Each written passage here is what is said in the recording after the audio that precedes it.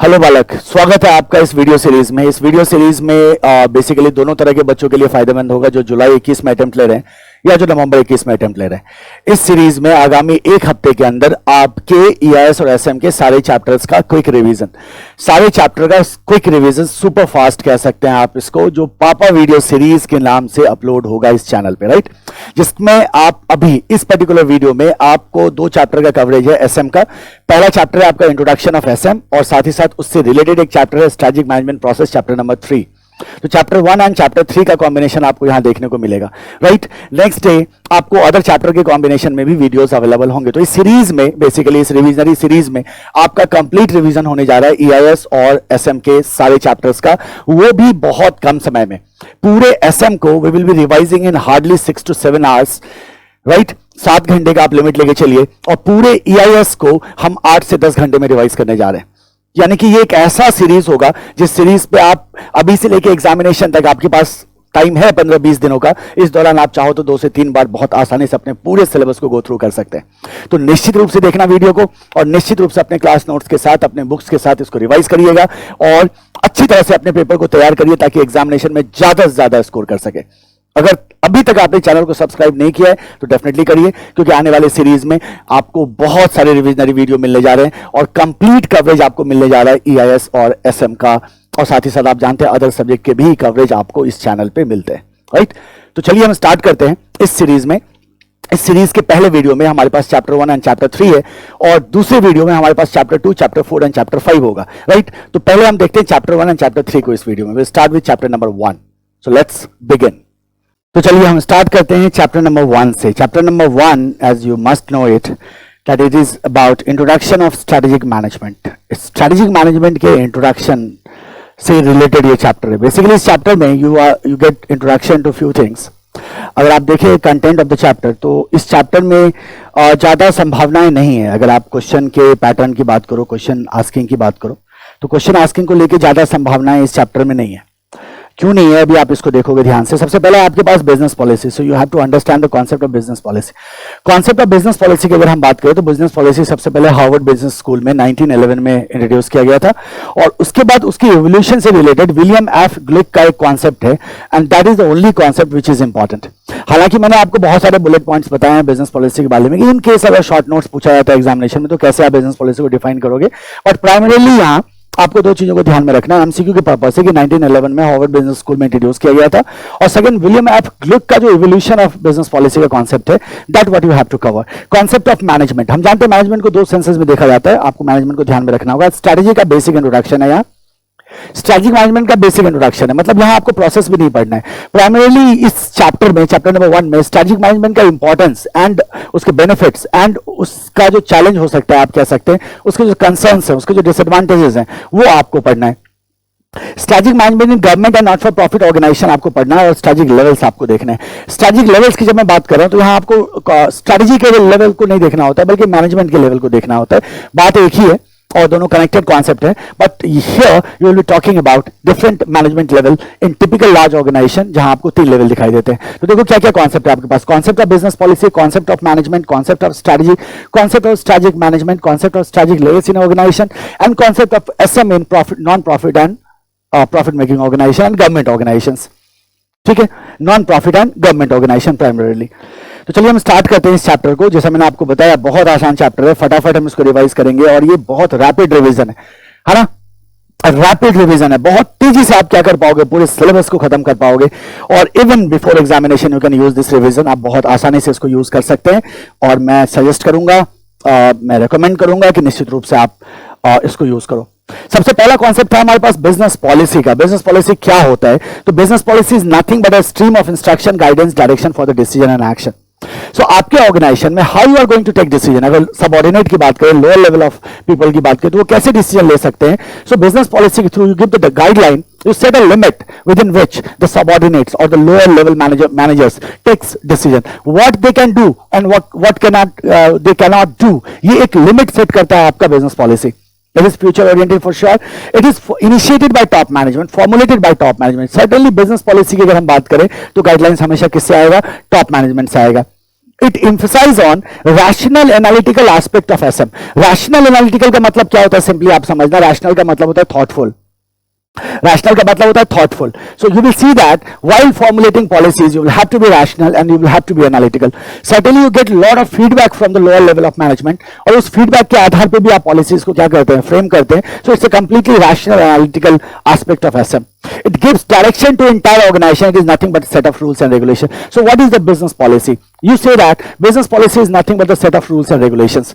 Business policy gives direction to whole organization. Business policy is nothing but the instruction, guidance and decision for direction for decision and action. Business policy कब आया था? 1911 में. सबसे पहले कहां आया था? हार्वर्ड बिजनेस स्कूल में. This is what you have to keep in mind. अच्छा, जो सबसे इंपॉर्टेंट एस्पेक्ट है वो ये है कि बिजनेस पॉलिसी का इवोल्यूशन किसने दिया था?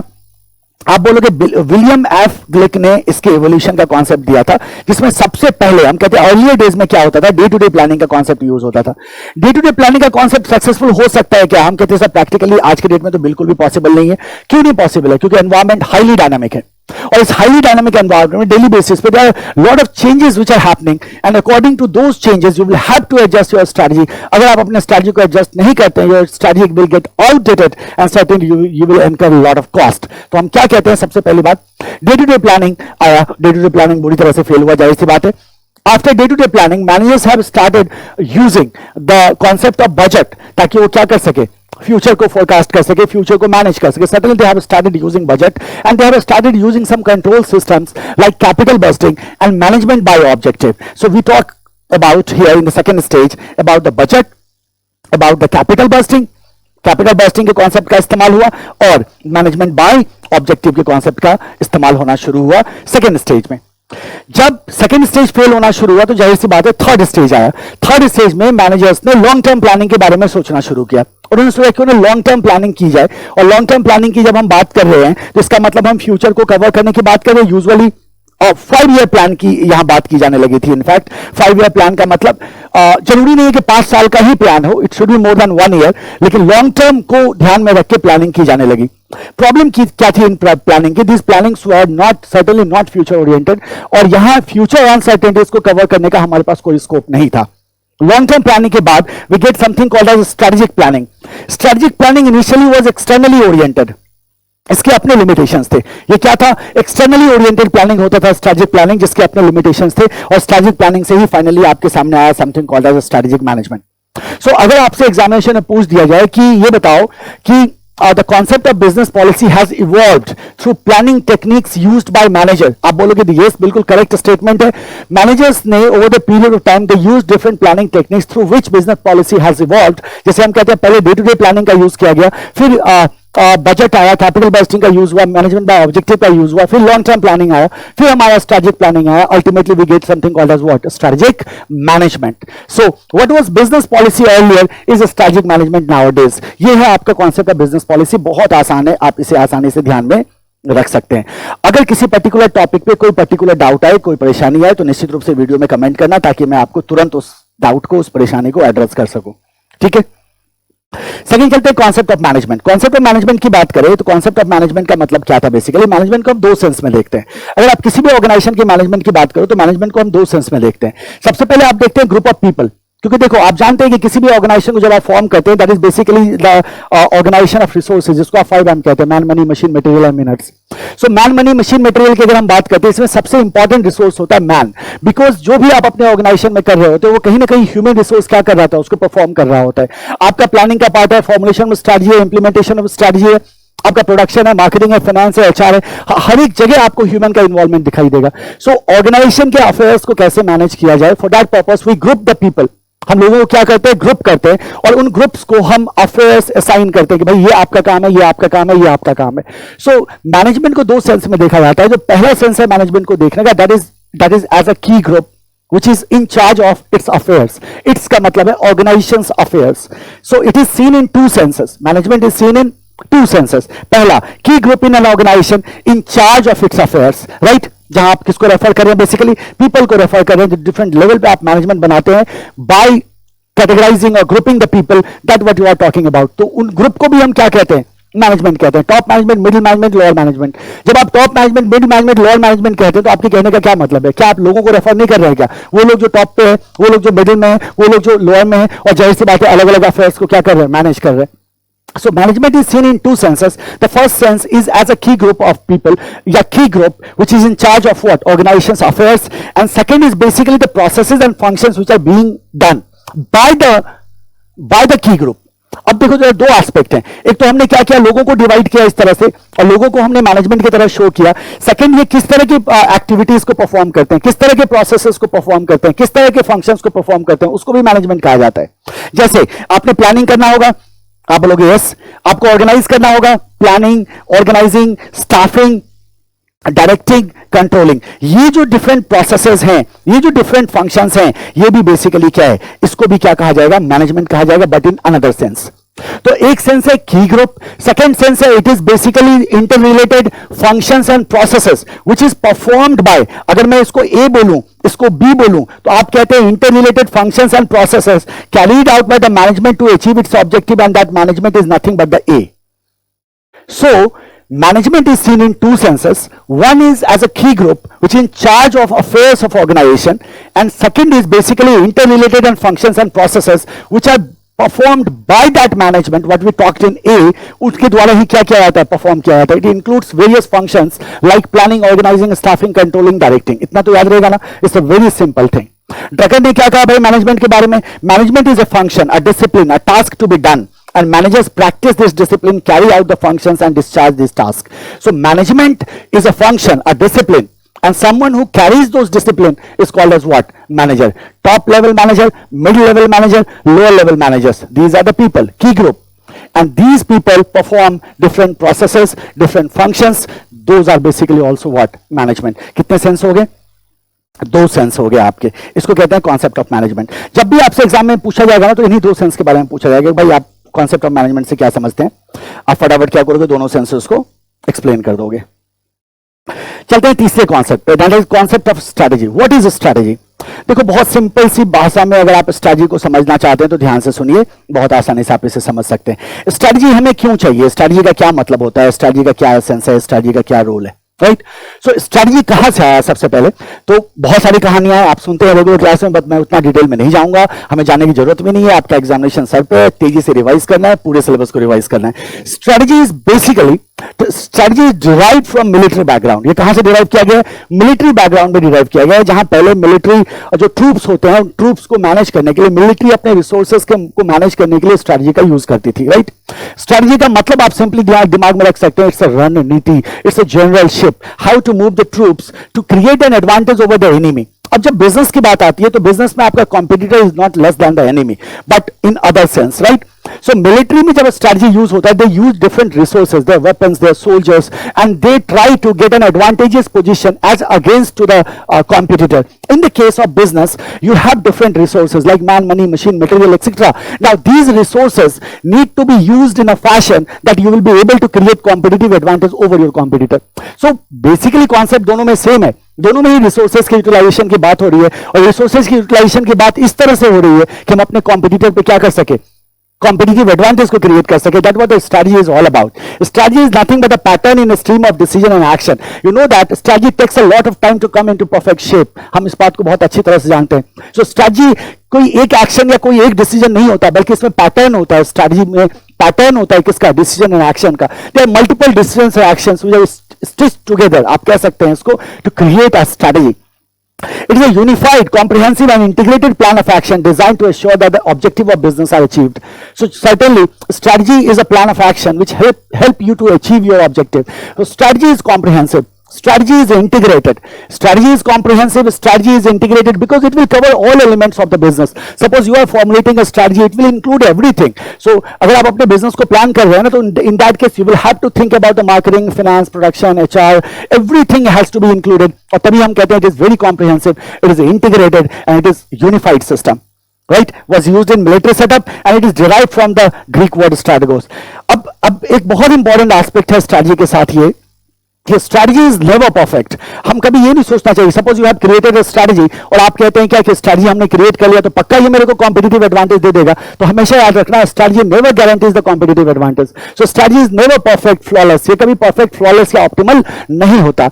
दूसरी बात, strategy never replaces sound alert and responsible management. So certainly you need to have a sound alert and responsible management. Strategy is not going to replace that. इन दोनों चीजों को भी बहुत अच्छी तरह से दिमाग में रखना। Strategy is never perfect. Strategy does not replace sound alert and responsible management. उसका substitute की तरह strategy use नहीं हो सकता। एक बहुत इंपॉर्टेंट एस्पेक्ट ये भी है कि that strategy is partly proactive, partly reactive. ये कॉन्सेप्ट क्या है, कई बार एग्जामिनेशन में पूछा जा चुका है। देखो हम क्या कहते हैं, प्रोएक्टिव का मतलब होता है प्री प्लान होना। कोई भी ऐसा एक्शन जो आप अपने इंफॉर्मेशन, अपने नॉलेज, अपने ट्रेंड के आधार पे, अपने एक्सपीरियंस के आधार पे जो आप एक्शन ले रहे होते हैं उसको हम कहते हैं proactive, that is a pre planned. और रिएक्टिव होता है when you take some action in reaction of some change in the environment, उसको रिएक्टिव कहते हैं। And we know that business environment is dynamic, so ये internal external environment keeps changing. जब हमने कोई स्ट्रैटेजी फॉर्मुलेट किया तो उसके कई सारे कंपोनेंट होते हैं, राइट? और वो जरूरी नहीं है कि वो सारे के सारे कंपोनेंट लॉन्ग टर्म में वैलिड हो। ऐसा हो सकता है कि जो कंपोनेंट आज रेलेवेंट है वो कल के डेट में क्या हो जाए, ऑब्सोलीट हो जाए। तो हमें निश्चित रूप से क्या करना होगा, उन फीचर्स को, उन कंपोनेंट को अबेंडन करना होगा, एलिमिनेट करना होगा और नई चीजों को इंक्लूड करना होगा। इसीलिए कहा गया कि the actual strategy of any company is always blend of proactive and reactive strategies. So you create a strategy based on your information, knowledge, trend, experience, etc. You continue it. That's your planned strategy. That is your proactive strategy. But due to environmental development or some fresh market conditions, you will have to introduce a new reactive strategy. And meanwhile, there may be a chance that you will have to remove some feature of the existing strategy. So then at the end you get an actual strategy where there is both proactive part as well as the reactive part. इसी को कहा गया proactive and reactive strategy.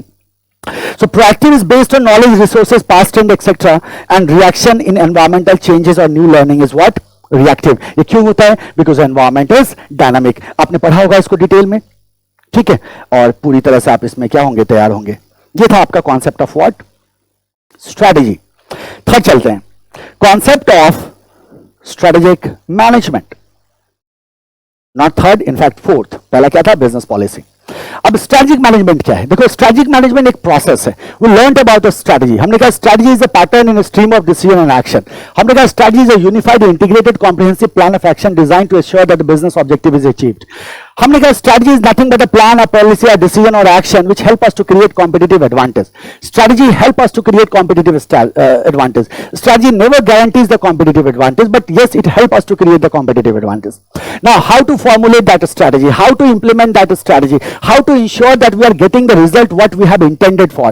So for that purpose you have something called as strategic management. Strategic management is a process. First thing to keep in mind, strategic management is a process in which we formulate a strategy, we implement a strategy, and we evaluate a strategy to ensure that we achieve our objective and we are creating competitive advantage, because ultimate goal is to defeat competitor. हमेशा ध्यान में रखना, strategic management is applied with two objectives. Number one, how to handle your environment, how to create competitive advantage and defeat your competitor. यही basic idea है, and how to achieve your objective. तो strategic management की अगर हम बात करें तो आप कहते हैं SM is a process of formulation, implementation and control to achieve objective of enterprise and to create competitive advantage, right? Further हम जानते हैं formulation can not be done until we are not done with our analysis, because based on analysis we do the formulation. Analysis का मतलब है analysis of business environment.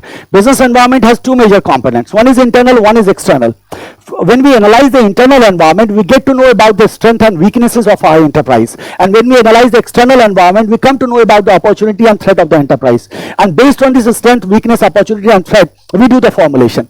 In the formulation, we formulate our vision, we formulate our missions, we formulate our objectives, our goals and strategy. So we have the vision, mission, objective, goals and strategy. What we do in the formulation stage. Then we go to the implementation. When formulation is decision, implementation is technically action. So whatever you have planned for, whatever we have formulated, that has to be implemented, and that we do in the implementation phase. Then we have the evaluation. Evaluation is basically is a kind of checking process, that whether we are going in right direction or not. The strategy is being executed as planned and the objectives achieved are same as was intended. That's what we see in the evaluation process or the control process. So evaluation and control give us control over the the path to achieve competitive advantage. So in this way, if you include the analysis, then the SM definition goes like this.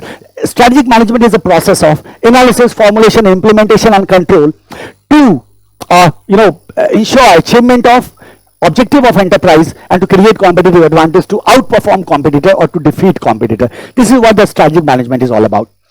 In this chapter हमें ज्यादा नहीं पढ़ना है strategic management के बारे में, हमारे को बेसिक इंट्रोडक्शन दिया गया है. इनफैक्ट यहां फोकस है किस पे, इंपॉर्टेंस पे और लिमिटेशंस पे, और जिस पे आपको कंसंट्रेट करना है. So strategic management consist of analysis, decision and action. Analysis, decision and action. Analysis is environmental analysis. Decisions are formulation. Actions are implementation. It creates competitive advantage. Target यही होता है. Management process of defining vision, mission, setting objective, formulation of strategy, implementation and control. You simply say that strategic management is a process of formulation, implementation and evaluation and control. And evaluation and control. This is the process of what? Strategic management. Why we do this? Come here. The objective of SM. हम ऐसा क्यों करते हैं? अब क्यों करते हैं समझना है तो चलो एक काम करते हैं, इसके करने के कारण को समझ लेते हैं, ऑब्जेक्टिव को समझ लेते हैं.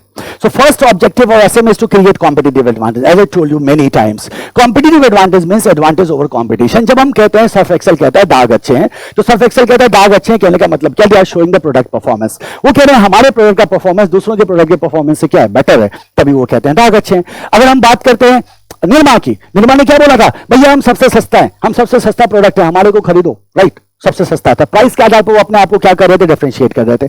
आईफोन कहते हैं मैं बहुत पैसे लूंगा, लेकिन हम ऐसा फीचर आपको दे रहे हैं जो फीचर आपको कहीं नहीं मिल सकता. Certainly they are trying to differentiate themself on the basis of what feature. So you will find that every product is trying to differentiate itself from based on some product performance, durability, quality etcetera and price etcetera. Right, तो कहीं ना कहीं आपको differentiate करना होगा. That is what the competitive advantage is all about, and that can be created with the help of what? SM. Second, to cope with changing environment. Changing environment, तो environment is dynamic and complex. Environment is highly dynamic and complex. Why it is complex? Because in environment there are a lot of factors and all those factors are interrelated and interdependent. So if some factor changes, other factor gets affected. So what we have to keep in mind कि yes, environment is dynamic, environment is complex. Dynamic means it keeps changing always. So इस dynamic and complex environment में how to survive, how to grow, how to perform in long run, for that purpose we have the strategic management. और इसलिए हम हमेशा ध्यान में रखिएगा आप, strategic management में क्या होते हैं? long term decision choices होते हैं. long term decision choices होते हैं, कभी short term decision choices strategic management में नहीं होते. क्या होते हैं?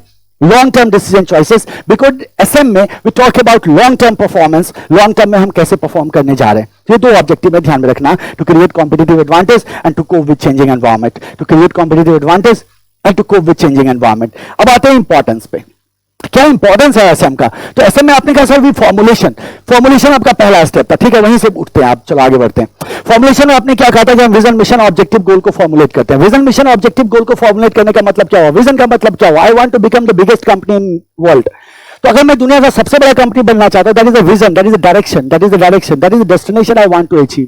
And destination gives the direction. You want to become a rank holder, तो certainly you have a direction, you have a destination to achieve. और जाहिर सी बात है, तो हम कह सकते हैं, बहुत क्लियरली कह सकते हैं, SM gives us direction. SM हमें क्यों डायरेक्शन देता है? Because in SM we define the goals and missions of enterprise, and that basically giving the direction towards our future. So gives direction.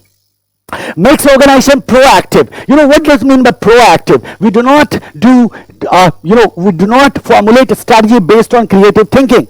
We do not create a strategy based on gut feel. Gut feel or creative thinking का strategy formulation में कोई role नहीं होता. Strategy is formulated only after detailed analysis of environment. When you analyze your environment, then you come to know about the strength, weakness, opportunity, threat, and only then you formulate your strategy. तो एक बात पक्का है कि since we are doing our first step only after analyzing the environment, so certainly boss we are proactive na. Yes, we are proactive. So absolute proactive? No, we are more proactive, less reactive. We know that there may be some changes in environment in future. For that purpose, we have contingent set of action developed earlier, and of course, for that purpose, we have different plans available with us. We have the provisions for uncertainties जो हम future में deal कर सकते हैं.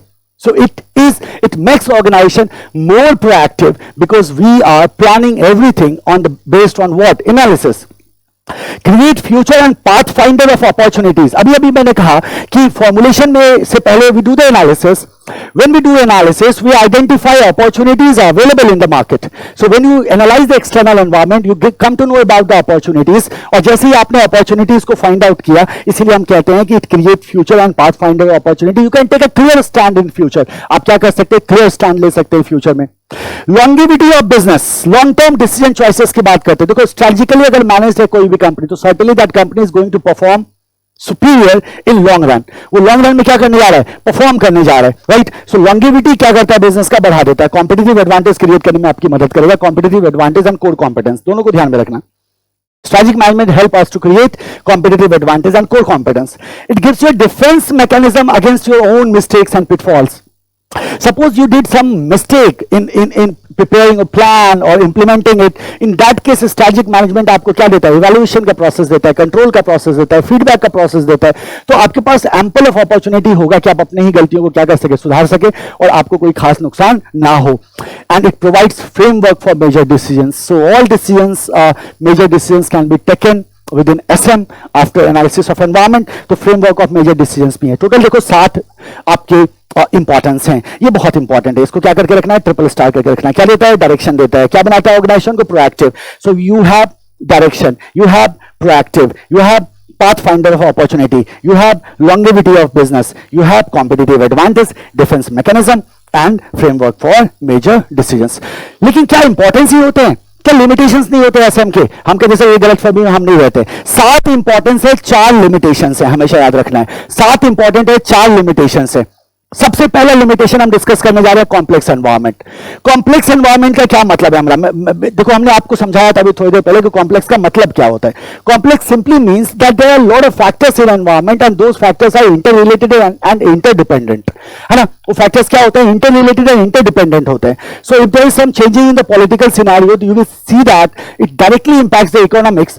And if economics is impacted, you will see that GDP gets affected. अब GDP affect हुआ तो per capita income पे फर्क पड़ता है. पर कैपिटा इनकम पे फर्क पड़ा, लोगों के लाइफस्टाइल पे फर्क पड़ जाता है. लोगों की लाइफस्टाइल पे फर्क पड़ेगा, किसी प्रोडक्ट का डिमांड बढ़ेगा, किसी प्रोडक्ट का डिमांड घट जाएगा. So what we can see here, political change था, इकोनॉमिकल चेंज हुआ, सोशल चेंज हो गया, लाइफस्टाइल क्या था? सोशल चेंज हो गया. सो यही हम कहना चाह रहे हैं कि एक्सटर्नल एनवायरनमेंट के बहुत सारे एलिमेंट्स हैं, वो सारे एलिमेंट्स आपस में कनेक्टेड हैं, इंटरलिंक्ड हैं. और इस कॉम्प्लेक्स एनवायरनमेंट को अनरेवल करना, ये एक ऊन के गोले की तरह जो उलझा हुआ है, इसको अनरेवल करना, इसको सुलझाना, ये अपने आप में बहुत बड़ा काम है. इसीलिए हम कहते हैं सबसे पहला जो डिसएडवांटेज है, लिमिटेशन है, वो है एनवायरनमेंट का क्या होना? कॉम्प्लेक्स होना. सेकेंड में टाइम टेकिंग. सर्टेनली मैंने आपको हमेशा कहा और आप हमेशा ध्यान में रखिएगा इस बात को कि एसएम कोई तुरंत करने वाला काम नहीं है. It takes a lot of time. और हम कहते हैं strategy takes a time to come in perfect shape. So strategic management is a time taking process. ये आपका समय लेगा. तो ऐसे सिचुएशन में आपको ये मान के चलना होगा it is a time taking process. आपको फॉर्मुलेशन करना है, इंप्लीमेंटेशन करना है, ऑफ कोर्स आपको उसको इवैल्यूएट करना है. It's a ongoing process and that is why it is what? Time consuming process. It is costly क्योंकि of course you will have to engage the expert. So अगर आप strategy formulation की बात करते हैं तो आपको डिफरेंट एक्सपर्ट्स को एंगेज करना होगा. Experts are really expensive resource. तो एक्सपर्ट को एंगेज करने में आपका कॉस्ट आएगा, स्ट्रैटेजी को फॉर्मुलेट करने में, इंप्लीमेंट करने में आपका कॉस्ट आएगा. तो ओवरऑल देखोगे कि ये बहुत ही कॉस्टली प्रोसेस है. ऐसी कंपनी जिनके पास रिसोर्सेज नहीं है, ऐसी कंपनी जिनके पास लिमिटेड रिसोर्स है, इसीलिए ऐसे उनकी बस की बात नहीं होती. एंड लास्ट में डिफिकल्ट टू अंडरस्टैंड और estimate strategic response of rival. अब देखो क्या होता है, when all companies are strategically managed, तो ऐसे सिचुएशन में आपकी स्ट्रेटजी के रिस्पॉन्ड में what is going to be the moves of rivals, ये समझना बड़ा कॉम्प्लिकेटेड होता है. क्योंकि एक खास पैटर्न में राइवल रिस्पॉन्ड नहीं करते. राइवल का रिस्पॉन्ड अलग अलग तरीके से हो सकता है. बहुत सारे राइवल तो रैंडम रिस्पॉन्स करते हैं, जिसपे एस्टिमेट कर पाना, जिसको प्रिडिक्ट कर पाना क्या हो जाता है, बहुत ही मुश्किल हो जाता है. So unpredictable moves of rivals creates lot of difficulty in understanding competition. And वो भी एक तरह का लिमिटेशन है किसका? स्ट्रेटेजिक मैनेजमेंट का. तो कितने लिमिटेशंस हो गए? 4 लिमिटेशंस हो गए. Costly, time taking, complex environment and difficult to understand moves of rivals. ठीक है, चलते हैं नेक्स्ट पे. अगला टॉपिक है आपका strategic management in government and not for profit organisation. अब जरा ध्यान दो, फटाफट समझ लो इसको, बहुत सिंपल है. देखो ऑर्गेनाइजेशन को जब भी स्टैब्लिश किया जाता है, क्यों किया जाता है? ठीक है, ऐसे समझो आप, ध्यान से सुनना मेरी बात को. देखो, ऑर्गेनाइजेशन को जब भी स्टैब्लिश किया जाता है तो ऑर्गेनाइजेशन को स्टैब्लिश करने का कुछ ना कुछ पर्पस होता है, कुछ ना कुछ इंटरेस्ट होता है। आप ऐसे समझना, ऑर्गेनाइजेशन को स्टैब्लिश करने का कुछ ना कुछ पर्पस होता है, कुछ ना कुछ इंटरेस्ट होता है। और वो इंटरेस्ट ये हो सकता है कि कुछ कंपनी फॉर्म की जाती है for the purpose of profit making. तो प्रॉफिट मेकिंग जब पर्पस होता है तो उसका एक क्लियर कट ओनर होता है, जो ओनर क्या करता है, इन्वेस्टमेंट करता है और इन्वेस्टमेंट के अगेंस्ट रिटर्न चाहता है, जो जेन्युइन है, जिसमें कोई बुराई नहीं है, right.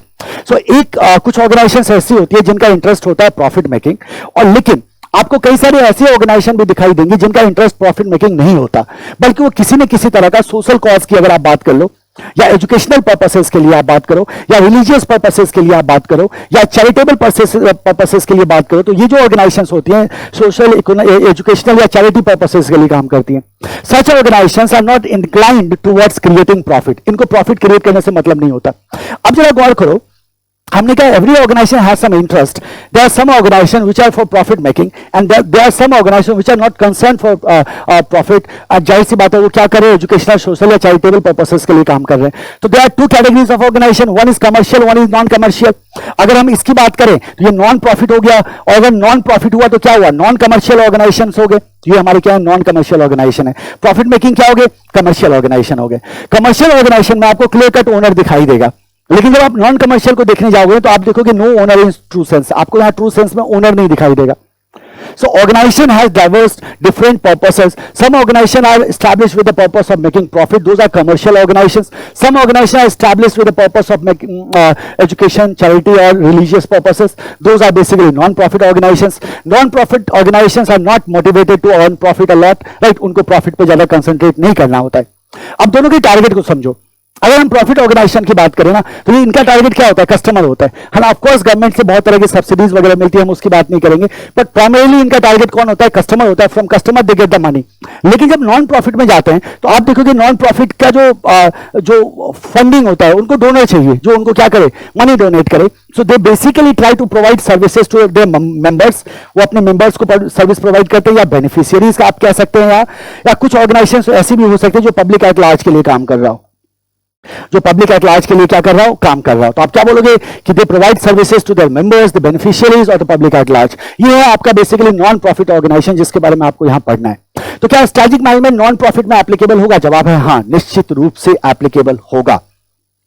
Strategic management is government and not for profit organization. देखना, a non-commercial organization is established to meet the need not met by the business enterprise.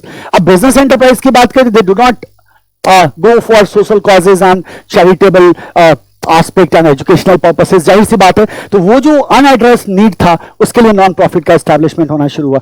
SM required in all type of organisation, whether commercial और non commercial. हमने कहा कि दोनों तरह के organisation में SM की जरूरत है, चाहे कमर्शियल है चाहे नॉन कमर्शियल है। Many non profit organisation perform private forms. तो आप देखोगे बहुत सारे नॉन प्रॉफिट जो है प्राइवेट फॉर्म को क्या कर रहे हैं, आउट परफॉर्म कर रहे हैं in different parameters, like innovation, like motivation, like human relations. Innovation, motivation and human relations में आप देखोगे वो क्या कर रहे हैं, आउट परफॉर्म कर रहे हैं किसको, प्राइवेट काउंटर पार्ट को। And of course they need SM to cope with mounting competitive pressure. ठीक है, तो ये कमर्शियल और नॉन कमर्शियल हो गया। For profit, not for profit. For profit की तो कोई बात ही नहीं है, वही तो सिलेबस है। नॉट फॉर प्रॉफिट के बारे में थोड़ा सा क्या करिएगा, फैक्ट्स को ध्यान में रखिएगा। ठीक है, अब आ जाओ दो इंस्टीट्यूशंस के बारे में we have to study specifically. One is the medical institution, one is the educational institution. Medical institutions is very critical for your attempt. ये आपके अटेम्प्ट के लिए बहुत ही क्रिटिकल है और ध्यान में रखिएगा। देखो, मेडिकल इंस्टीट्यूशंस क्या कर रही है, बहुत तरह के स्ट्रैटेजी अप्लाई कर रही हैं। जाहिर सी बात है, जैसे collecting sample door to door, blood test कराना है तो आपके घर पे आके वो सैंपल लेके चले जाते हैं। डे ट्रीटमेंट फैसिलिटीज है, बैक एंड इंटीग्रेशन है।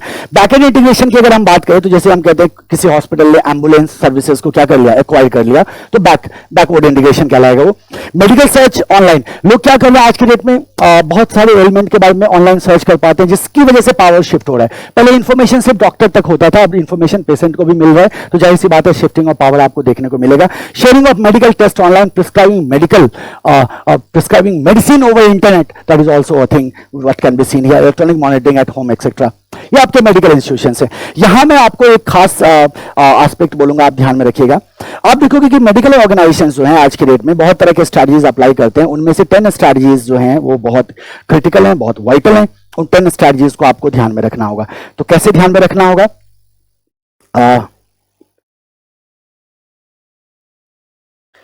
मैं आपको बताता हूं। आपको करना क्या है, अगर आपसे पूछा जाए कि 10 बेस्ट स्ट्रैटेजी बोल दे या 10 मोस्ट सक्सेसफुल स्ट्रैटेजी बोल दे, मोस्ट सक्सेसफुल स्ट्रैटेजी बोल दे, 10 बेस्ट स्ट्रैटेजीज या 10 मोस्ट सक्सेसफुल स्ट्रैटेजी अगर आपको बोल दे तो आपको इससे क्या करना है, आंसर करके एग्जामिनेशन में आना है। ठीक है, अब ये 10 बेस्ट स्ट्रैटेजी या 10 मोस्ट सक्सेसफुल स्ट्रैटेजी क्या होता है ये मैं भी आपको बताने वाला हूं। चलते हैं एजुकेशनल इंस्टीट्यूशंस पे। एजुकेशनल इंस्टीट्यूशंस भी स्ट्रैटेजीज अप्लाई करती हैं। पर्पस क्या है, टू अट्रैक्ट बेस्ट स्टूडेंट। देखो हर एक कॉलेज चाहेगा कि उसके पास बेस्ट स्टूडेंट आए। आईआईएम है, आईआईएम का देखो आप सिलेक्शन प्रोसेस कितना कॉम्प्लिकेटेड है, आईआईटी का सिलेक्शन प्रोसेस कितना कॉम्प्लिकेटेड है। क्यों कॉम्प्लिकेटेड है, because you try to attract the best student. ठीक है, इसके बाद एक आप देखते हो कि बहुत तरह के डिग्रीज भी ये ऑफर करते हैं। जैसे आईआईएम की बात करो, वो एग्जीक्यूटिव एमबीए ऑफर करता है। मान लो कोई रेगुलर नहीं कर पाता है तो आपके पास कुछ साल का एक्सपीरियंस है, you can go and get the executive MBA degrees. तो ये भी एक तरह का स्ट्रैटेजी है जो शॉर्ट टर्म कोर्स होता है, कोई भी कर सकता है। आप जाके वहां से एग्जीक्यूटिव एमबीए की डिग्री लेते हैं, then you say that I am from IIM, right. Employability क्या होती है, बढ़ जाती है। साथ ही साथ ये देखने को मिल रहा है आज के डेट में एजुकेशनल इंस्टीट्यूशंस जो हैं दे डू पार्टनरशिप और collaboration with the industry to provide on hand training, ताकि जो कैंडिडेट्स हैं, जो स्टूडेंट्स हैं, उनकी एम्प्लॉयबिलिटी क्या की जाए, बढ़ाई जा सके। तो इंडस्ट्रियल ट्रेनिंग जो है that's also kind of strategy. Further you will see that nowadays colleges are implementing technology and internet in their campus that enhance the value. तो जाहिर सी बात है वो भी एक तरह की स्ट्रैटेजी है। And the most important part here you have to keep in mind is the online college degrees.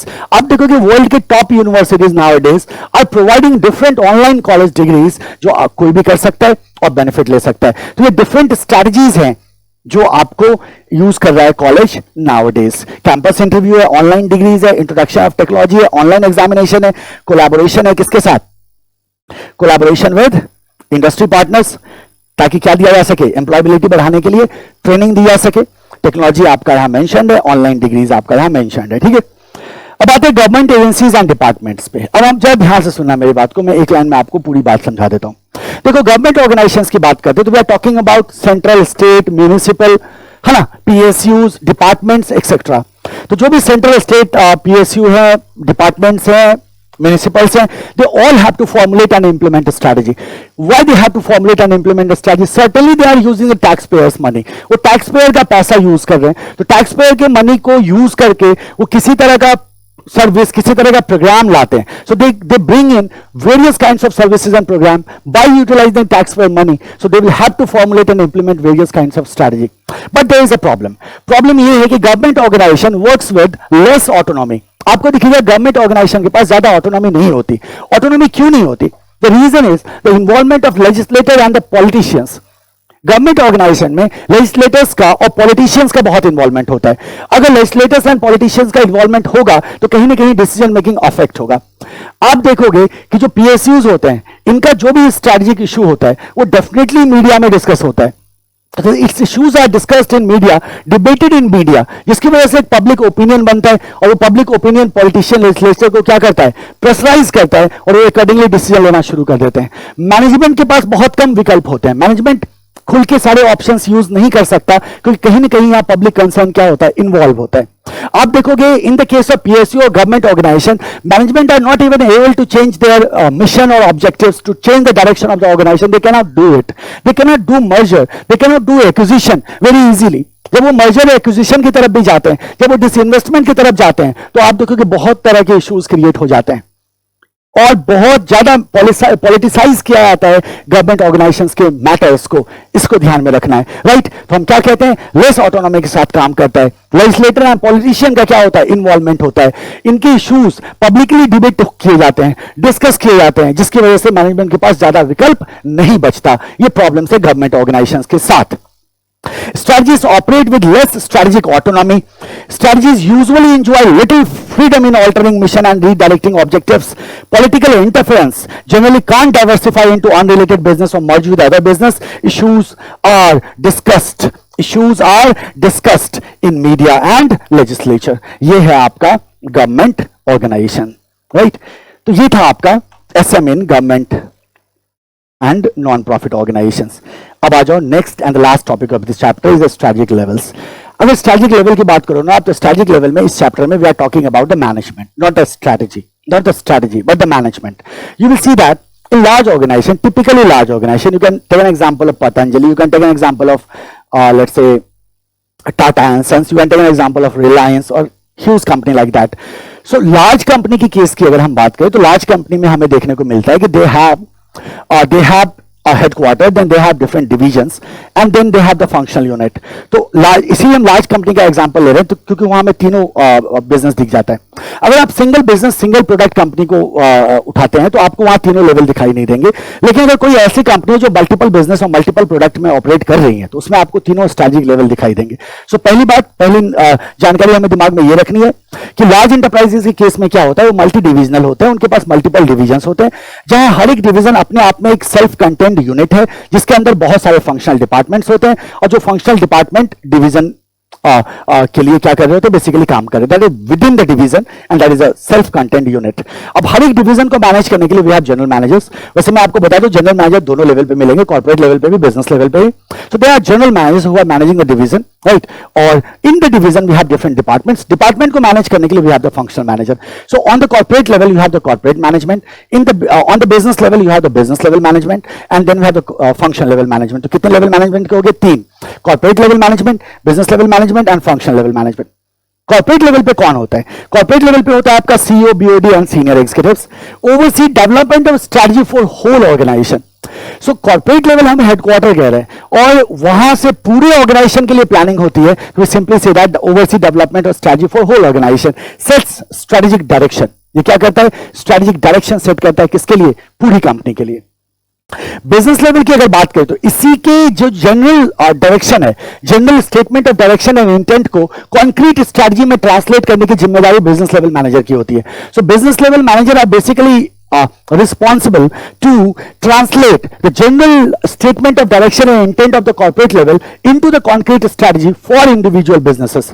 So headquarter था, उसके बाद टाटा एंड सन्स की हम बात करें, नीचे आते हैं टीसीएस है, टाटा पावर है. तो वी हैव डिफरेंट यूनिट्स. अब टीसीएस के लिए क्या स्ट्रेटजी होंगी, टाटा पावर के लिए क्या स्ट्रेटजी होंगी, ये इनके बिजनेस मैनेजर की जिम्मेदारी है. वो क्या करेंगे? डिफरेंट स्ट्रेटजी को फॉर्मुलेट करेंगे. So include executives at business level managers होते हैं.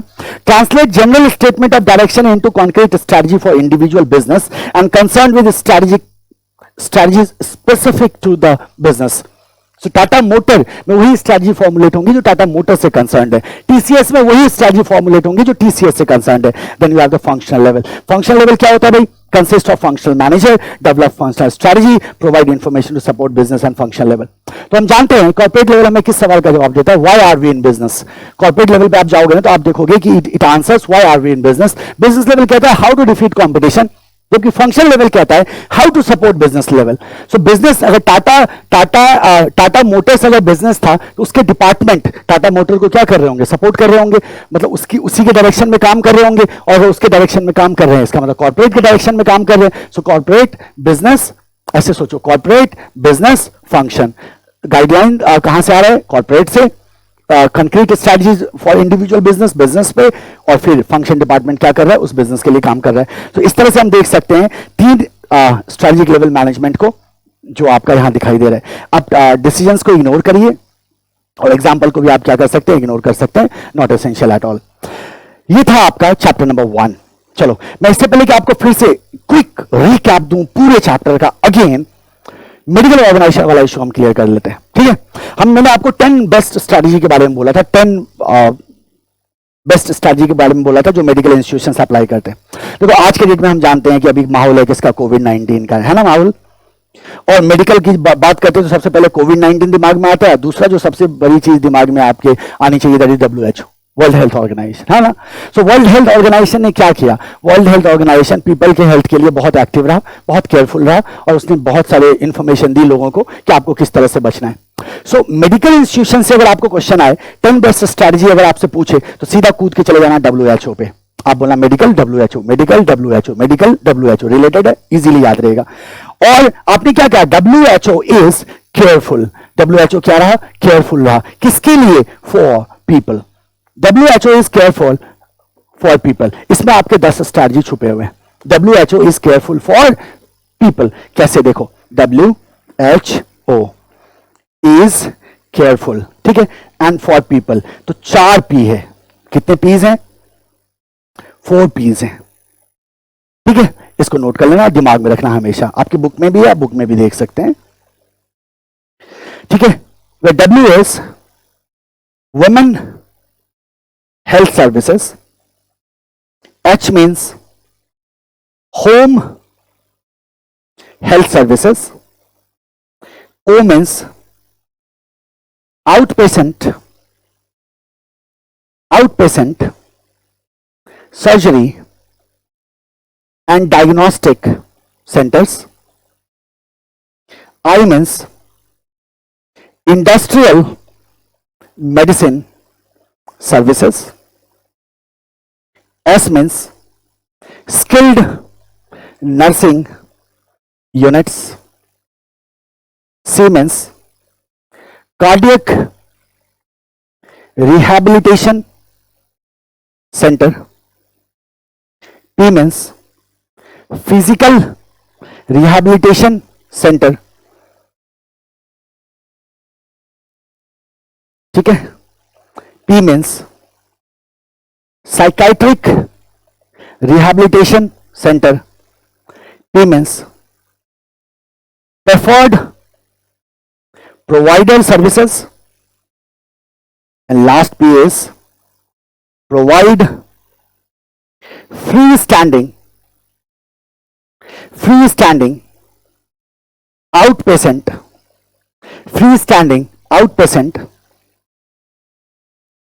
Surgery centres.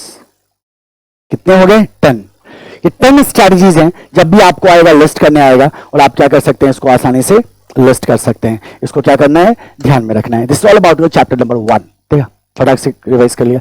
चंद घंटों में आपका पूरा सिलेबस खत्म होने वाला है। ध्यान से सुनते रहना और ध्यान से सुनना, क्योंकि क्वेश्चन एग्जामिनेशन में इससे बाहर नहीं जाएगा, इसी से आएगा जो क्वेश्चन आएगा। ठीक है, ध्यान से सुनना है, क्वेश्चन इससे बाहर बिल्कुल भी नहीं जाएगा। मैं फिर से आपको रिकॉल कराता हूं। आपके चैप्टर नंबर 1 में कुछ बेसिक कॉन्सेप्ट को इंक्लूड किया गया। सबसे पहला है बिजनेस पॉलिसी का कॉन्सेप्ट। बिजनेस पॉलिसी के कॉन्सेप्ट में हम ये कहते हैं कि विलियम एप्पलुक का जो डिडक्शन था, जो एनालिसिस था, उस इवोल्यूशन का जो कॉन्सेप्ट था, उसको याद रखना है। विलियम एप्पलुक ने कहा कि सबसे पहले हमारे पास क्या है, day to day planning. Day to day planning के बाद हमने कैपिटल बस्टिंग का इस्तेमाल किया, मैनेजमेंट बाय ऑब्जेक्टिव का इस्तेमाल किया, बस्टिंग का इस्तेमाल किया। फिर हमारे पास लॉन्ग टर्म प्लानिंग आया, फिर स्ट्रेटेजिक प्लानिंग आया, फिर स्ट्रेटेजिक मैनेजमेंट आया। बिजनेस पॉलिसी एट फर्स्ट 1911 में एज अ कोर्स इंट्रोड्यूस हुआ था हार्वर्ड बिजनेस स्कूल में। फिर आए मैनेजमेंट पे। हमने कहा मैनेजमेंट को हम दो सेंस में देखते हैं, एज अ की group which are in charge of affairs of organization and as a interrelated function and processes which is basically performed by the management। ठीक है, मैनेजमेंट के बाद हम चले गए स्ट्रेटजी पर। Strategy is nothing but a plan, it's a pattern in a stream of decision and action. साथ ही साथ हमने कहा strategy is a unified comprehensive and integrated plan of action design to assure that the basic objective of organization is achieve. कहां से लाया गया? Military background से लाया गया। स्ट्रेटेगोस टर्म था ग्रीक वर्ड में, वहां से लाया गया। स्ट्रेटेगोस का मतलब होता है जनरलशिप। स्ट्रेटजी प्रोएक्टिव हो सकता है, रिएक्टिव हो सकता है। हमने कहा था स्ट्रेटजी बेसिकली जो फाइनल स्ट्रेटजी होता है किसी भी ऑर्गेनाइजेशन का, दोनों का मिक्सचर होता है, प्रोएक्टिव का और रिएक्टिव का। जो हमने पहले से प्लान करके रखा है उसे प्रोएक्टिव कहते हैं, और एनवायरमेंटल चेंज के अगेंस्ट हमने जो रिएक्शन लिया उसको हम रिएक्टिव स्ट्रेटजी कहते हैं। सो प्रोएक्टिव एंड रिएक्टिव दोनों का क्या होता है, ब्लेंड होता है फाइनल स्ट्रेटजी आपके ऑर्गेनाइजेशन का। हमने कहा था स्ट्रेटजी कभी परफेक्ट नहीं होता, फ्लॉलेस या ऑप्टिमल नहीं होता, राइट। और साथ ही साथ हमने कहा था कि स्ट्रेटजी कभी भी सब्स्टिट्यूट नहीं हो सकता एक रिस्पॉन्सिबल मैनेजमेंट का। एक रिस्पॉन्सिबल मैनेजमेंट भी क्या है, साइड बाय साइड बहुत जरूरी है, राइट।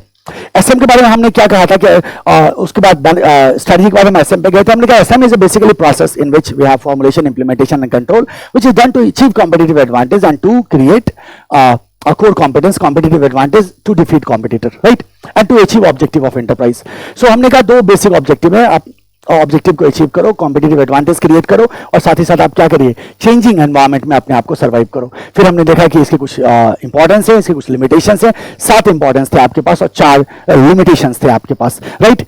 स्ट्रेटेजिक मैनेजमेंट के बाद आपने बात करी SM in profit and non profit, in non profit and government organizations, इसको डिस्कस किया। एंड लास्ट में आपने स्ट्रेटेजिक लेवल की बात की जिसमें आपके पास 3 लेवल थे, corporate level, business level and function level management. So this is all about your chapter number 1। Now we are entering into chapter 3। अगर हम चैप्टर 3 की बात करें तो चैप्टर 3 इज बेसिकली और स्ट्रेटेजिक मैनेजमेंट प्रोसेस। आपने चैप्टर 1 में स्ट्रेटेजिक मैनेजमेंट को सीखा और बहुत सारी बातें आपने चैप्टर 2 में भी करी स्ट्रेटेजिक मैनेजमेंट के बारे में, आप जानते हैं उस बात को। चैप्टर 3 की अगर हम बात करें तो यहाँ कुछ सेक्शंस हैं जो बहुत इंपॉर्टेंट है एग्जामिनेशन के लिए। डेफिनेटली क्वेश्चंस आते हैं हर एक अटेम्प्ट में। तो चलिए हम जरा बहुत तेजी से, बहुत rapidly, within 30 minutes hardly we are going to revise the entire chapter. ठीक है, सो ध्यान दीजिएगा मेरी बात को, गौर से सुनिएगा, अपने नोट्स को यूज करो साथ ही साथ। सबसे पहले इस चैप्टर में हमें क्या क्या पढ़ना है, तो इस चैप्टर में आपको स्ट्रेटेजिक प्लानिंग के बारे में पढ़ना है, आपको स्ट्रेटेजिक डिसीजन मेकिंग के बारे में पढ़ना है। स्ट्रेटेजिक डिसीजन मेकिंग की अगर हम बात करें तो स्ट्रेटेजिक डिसीजन मेकिंग के डिफरेंट डायमेंशंस को भी आपको यहां कवर करना है। साथ ही साथ आपको स्ट्रेटेजिक इंटेंट के बारे में पढ़ना है। जब आप स्ट्रेटेजिक मैनेजमेंट प्रोसेस की बात करते हैं तो you will have to study about vision, mission, objective here, और साथ ही साथ एसएम प्रोसेस के डिफरेंट स्टेप्स जो होते हैं उन स्टेप्स के बारे में भी आपको स्टडी करनी है। तो बहुत ही इंपॉर्टेंट चैप्टर है क्योंकि फंडामेंटल कॉन्सेप्ट्स कवर्ड है इस चैप्टर में। स्ट्रेटेजिक मैनेजमेंट का कंप्लीट इंट्रोडक्शन आपको इसी चैप्टर में मिलता है। इससे पहले जो भी था वो माइनर इंट्रोडक्शन था, डेफिनेशन थे, यहां आप कंप्लीट प्रोसेस को समझ पाते हैं। तो सबसे पहले we are going to talk about the planning. अगर प्लानिंग की बात करें तो हमेशा हम जानते हैं इस बात को कि प्लानिंग हमेशा फ्यूचर ओरिएंटेड होता है।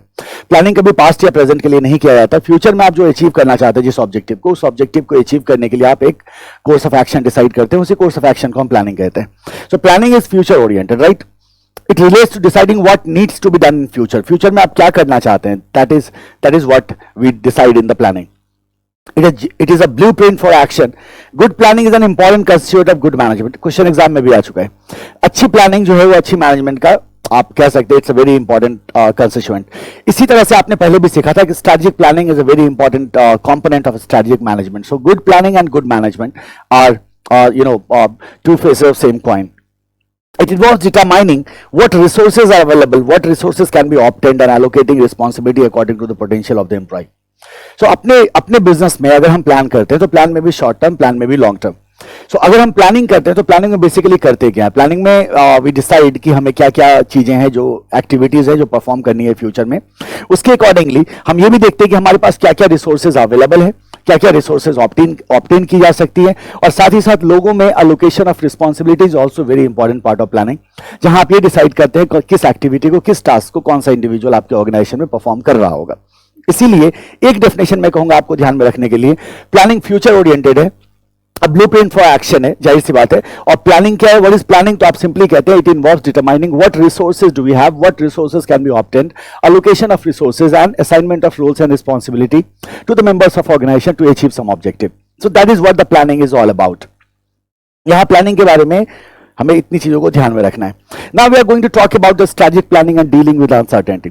प्लानिंग की अगर हम बात करें तो भाई ऑपरेशनल भी हो सकता है, स्ट्रेटेजिक भी हो सकता है. जाहिर सी बात, we are talking about the strategic planning. So strategic planning क्या होता है?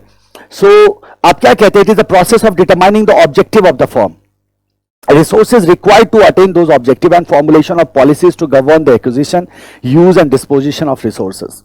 So you have some objective in your organization. मान लो ऑब्जेक्टिव किसी भी तरह का रिलेटेड हो सकता है. that may be related to your revenue, that may be related to your number of customers, that may be related to your cost, productivity. किसी भी चीज से रिलेटेड हमारी ऑब्जेक्टिव हो सकती है. उस ऑब्जेक्टिव को डिटरमाइन करना, it is the process of determining the objective. Objective को डिटरमाइन करना और उस ऑब्जेक्टिव को अचीव करने के लिए जो रिसोर्सेज हमें चाहिए उन रिसोर्सेज को ऑब्टेन करना, पॉलिसीज फॉर्मुलेट करना ताकि हम क्या कर सके, use and disposition of resources को गवर्न कर सके, is what we deal in the strategic planning. So it involves a fact of interactive and overlapping decisions. Of course planning determines where an organization is going over the next year or so. organization wide process है ये. Now since it is strategic planning, मैं हमेशा से कहता हूं आपको, strategic planning is basically concerned with top management, initiated by top management in fact. Then we come down and we talk about strategic planning, that it gives direction to the organization, क्योंकि definitely आप इसी के हिसाब से क्या कर रहे हैं, आप वर्क करने जा रहे हैं. सो आप नेक्स्ट जो टाइम पीरियड है, जिस टाइम पीरियड के लिए आपने प्लानिंग करा है, उस टाइम पीरियड में आप क्या अचीव करना चाहते हैं, कहां जाना चाहते हैं, that dealt in the planning. तो स्ट्रेटेजिक प्लानिंग की अगर हम बात करें तो it's more or less the same thing as we discussed in planning. कहते हैं स्ट्रेटेजिक प्लानिंग में हम ये देखते हैं कि वी सेट आवर ऑब्जेक्टिव्स जो मुझे अचीव करना है, और उस ऑब्जेक्टिव को अचीव करने के लिए we have to manage the resources, और साथ ही साथ we need to have policies ताकि हम उन रिसोर्सेज का यूज एंड डिस्पोजिशन क्या कर सके, प्रॉपरली कंट्रोल कर सके, गवर्न कर सके, right. Now talk about the strategic uncertainty. Strategic uncertainty की अगर हम बात करें तो स्ट्रेटेजिक अनसर्टेनिटी का मतलब क्या है, and why there is strategic uncertainty? That's due to the dynamism of environment. हम जानते हैं the environment is dynamic, so the factors keep changing, और जब फैक्टर्स चेंज होते रहते हैं तो उसकी वजह से अनसर्टेनिटी क्रिएट होता है. तो आप अनसर्टेनिटी से कैसे डील करोगे? So strategic planning and dealing with uncertainty. So uncertainty से कैसे डील किया जाए? तो strategic uncertainty has far reaching implications. जाहिर सी बात है, it has far reaching impact. So uncertainties may affect you in future as well. External analysis give the dozen of strategic uncertainties. जैसे ही आप एनालाइज करना शुरू करते हैं एक्सटर्नल एनवायरनमेंट को, you come to know about a lot of uncertainties. To be manageable, they need to be grouped into logical cluster or themes. Each cluster is assessed in order to set priorities with respect to information gathering and analysis. Information gathering and additional analysis will not be able to reduce the uncertainty. There we need the scenario analysis can be employed. So what we are trying to understand here is strategic uncertainty has far-reaching implications. Whenever we start analyzing our external environment, we get a lot of uncertainties. Now the question is how to deal with that uncertainty. So we classify uncertainty in different themes or in clusters, and then we set priorities with respect to the information gathering and analysis. So problem kya hai, jara socho, you have a lot of uncertainties and you have divided those uncertainties in themes. Still you won't be able to manage those uncertainty with analysis only. तो क्या solution होगा भाई? अगर हम uncertainties को manage नहीं कर पाते तो what we have to do here, then we have something called as scenario analysis. Scenario analysis की अगर हम बात करें, scenario analysis basically accept the uncertainty as given and use it to drive a description of two और more future scenarios. Strategies are then developed for each. आप ऐसे सोचो, suppose there is an event, उस event का क्या क्या outcome हो सकता है, उसके क्या पॉसिबल सिनेरियोज हो सकते हैं. और आपने कहा मान लो if some there is some uncertainty and the consequence associated with that uncertainty is A, B, C, then you have the strategies for all those consequences, all those scenarios. और जिस तरह का सिनेरियो क्रिएट होगा उस तरह से आप क्या कर सकते हैं, स्ट्रेटजी को अप्लाई कर सकते हैं. That is called as scenario analysis. तो हम क्या कहना चाह रहे हैं कि strategic analysis is not sufficient to handle the uncertainty in the environment because there are lot of uncertainties and it's very difficult to predict that what is exactly going to happen in future. So we have to do the scenario analysis in which we see कि जितने भी possible scenarios हो सकते हैं भविष्य में, उन सारे possible scenarios के लिए हमारे पास plan of action हो, हमारे पास strategies हो, ताकि हम जैसा situation create होगा उसके हिसाब से हम strategies को apply कर सकें. Now what is the impact of uncertainty? So each element of strategic uncertainty involves potential trends or events that could have an impact on present, proposed and even potential business. The impact of a strategic uncertainty will depend on the importance of the impacted SBU to a firm. So आपको क्या देखना है, अगर आप impact की बात करते हैं तो आप कहते हैं कि uncertainty जो है that involves potential trend or event that could have impact on present, proposed or even potential business. तो जो आपका प्रेजेंट बिजनेस है उस पर भी इंपैक्ट हो सकता है.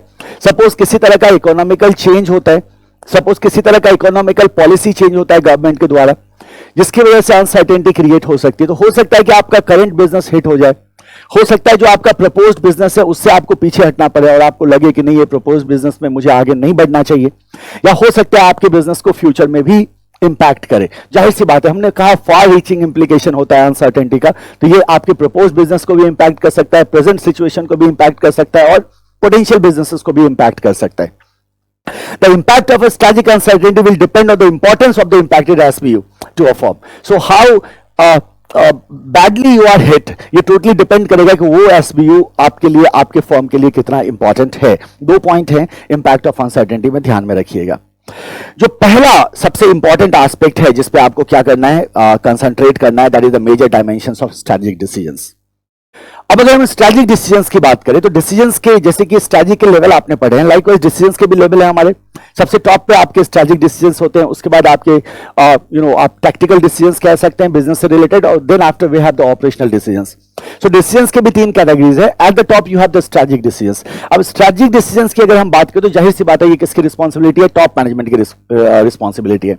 तो आपके बिजनेस के डेफिनेशन की बात करो, किस तरह का प्रोडक्ट आप लॉन्च करने जा रहे हैं, किस तरह के मार्केट में आप एंटर करने जा रहे हैं, क्या आप फंक्शंस परफॉर्म कर रहे हैं, क्या पॉलिसीज हैं ताकि डिसीजंस को एग्जीक्यूट किया जा सके, इन सारी चीजों को स्ट्रेटेजिक डिसीजन में आपको इंपॉर्टेंस देना होगा.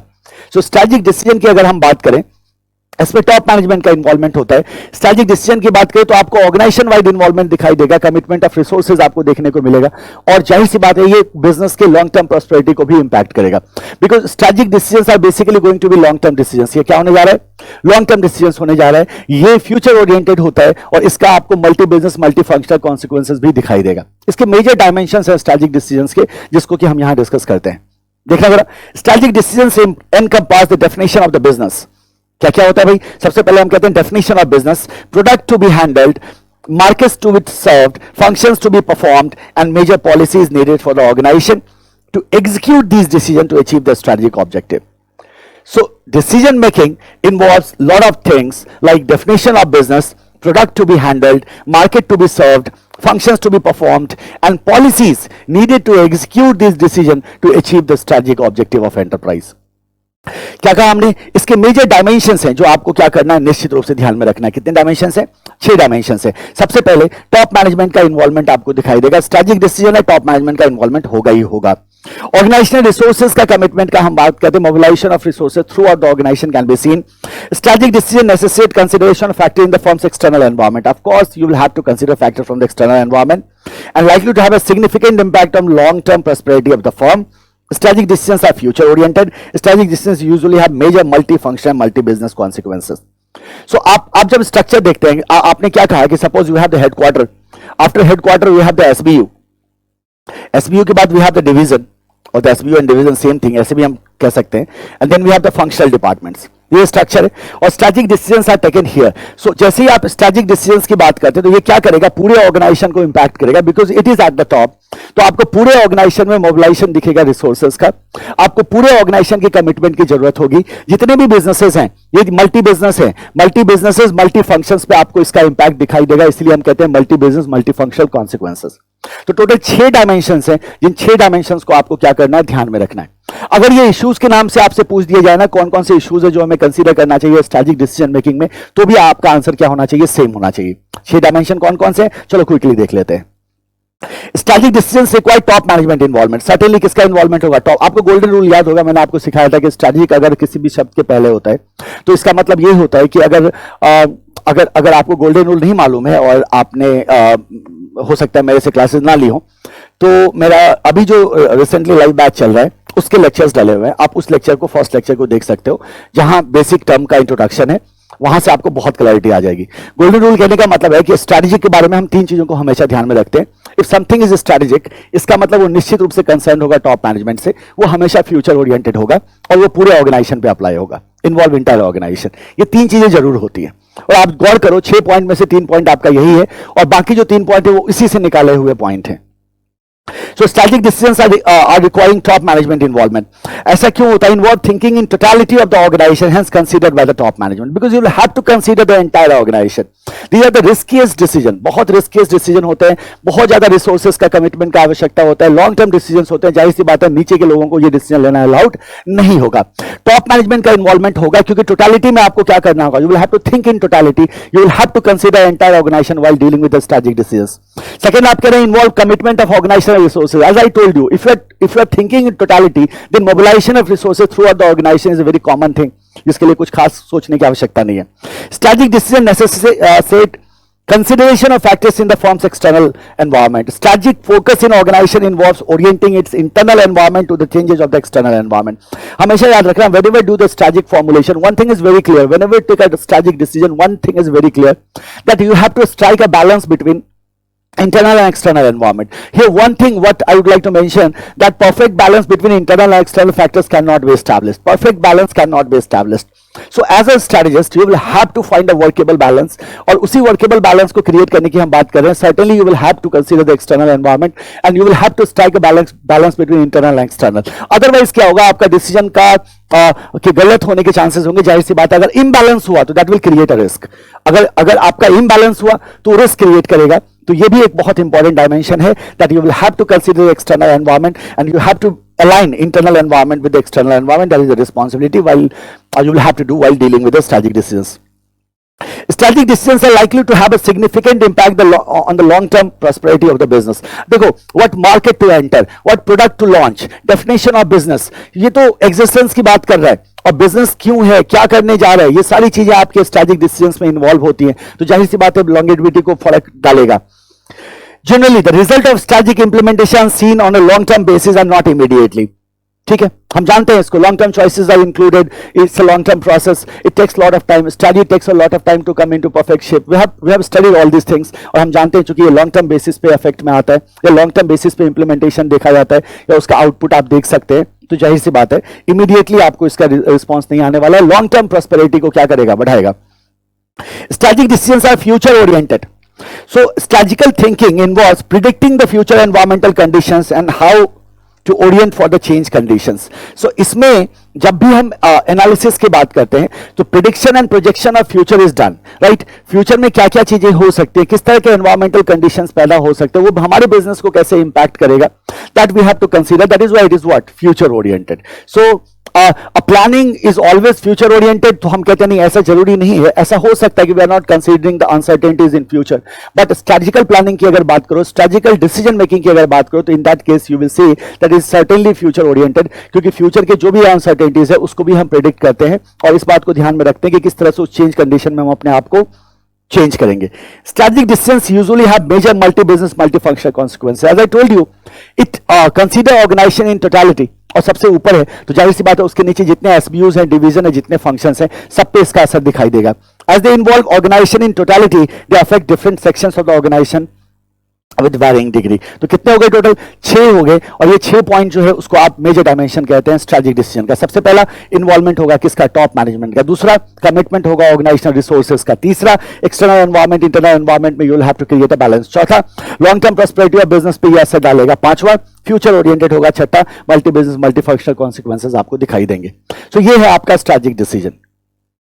Now we have something called as strategic intent. Intent का क्या मतलब है? आप इसको पहले सिंपल तरीके से समझ लो, दिमाग में रख लो. इंटेंट की अगर हम बात करें तो इंटेंट का मतलब है ऑर्गेनाइजेशन क्या करना चाहता है, क्या अचीव करना चाहता है. ऑर्गेनाइजेशन क्या करना चाहता है, क्या अचीव करना चाहता है.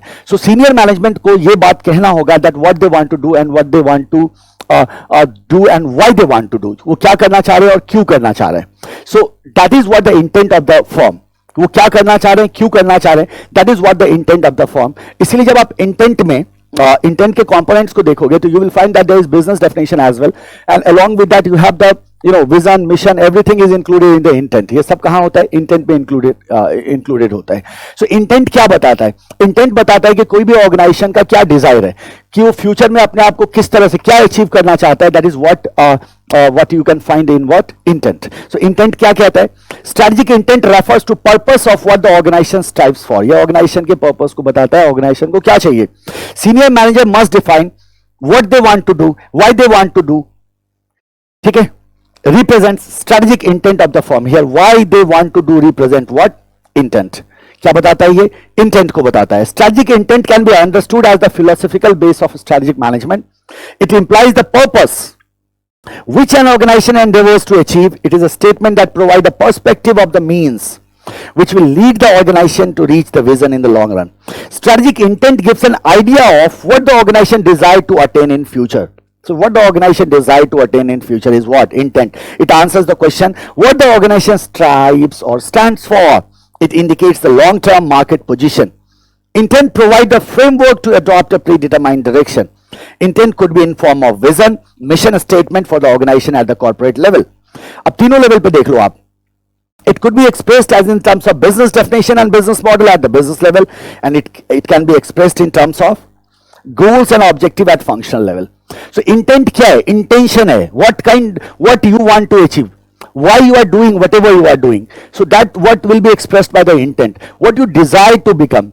What kind of future you want to create. तो आप जब बात करोगे इंटेंट की तो आपको तीनों लेवल पे इंटेंट दिखाई देंगे. अगर आप बात करते हैं कॉर्पोरेट लेवल की तो on the corporate level you have the intent in terms of vision and mission statement. जब आप बात करते हैं बिजनेस लेवल की, here you have the intent in terms of business model and business definition. और जब आप बात करते हैं फंक्शन लेवल की, here you have intent in terms of goals and objective. So corporate level, business level, function level. Corporate level पे क्या बोला आपने? Vision and mission. Business level पे क्या बोला? Business definition and business model. और function level पे क्या बोला आपने? Goals and objective. This is what the strategic intent is all about. अब जरा देखना एलिमेंट्स ऑफ स्ट्रेटेजिक इंटेंट. कितने एलिमेंट हो गए हमारे पास? टोटल 5 एलिमेंट हो गए, राइट? कितने एलिमेंट हो गए? 5 एलिमेंट हो गए. We have the business definition and business model. हम जानते हैं ये दोनों किस लेवल पे होगा? कॉर्पोरेट लेवल पे होगा. We have the vision and ये होगा बिजनेस लेवल पे. We have the vision and mission कहां होगा? कॉर्पोरेट लेवल पे होगा. We have the goals and objective कहां होगा? फंक्शन लेवल पे होगा. तो तीनों लेवल पे you can see the intent. तो सबसे पहला vision. What is vision? So vision क्या बताता है? बेसिकली विजन ये बताता है कि what kind of organization you want to create, what destination को बताता है. इन सिंपल वर्ड अगर हम देखना चाहें तो हम क्या बनना चाहते हैं भविष्य में, इसी को विजन बताता है. What kind of organization you want to create in future, that is what is expressed by the vision. Vision is a blueprint basically to the company's future position. तो आपका फ्यूचर पोजीशन क्या होगा, उसका blueprint होता है एक तरह से क्या, विजन।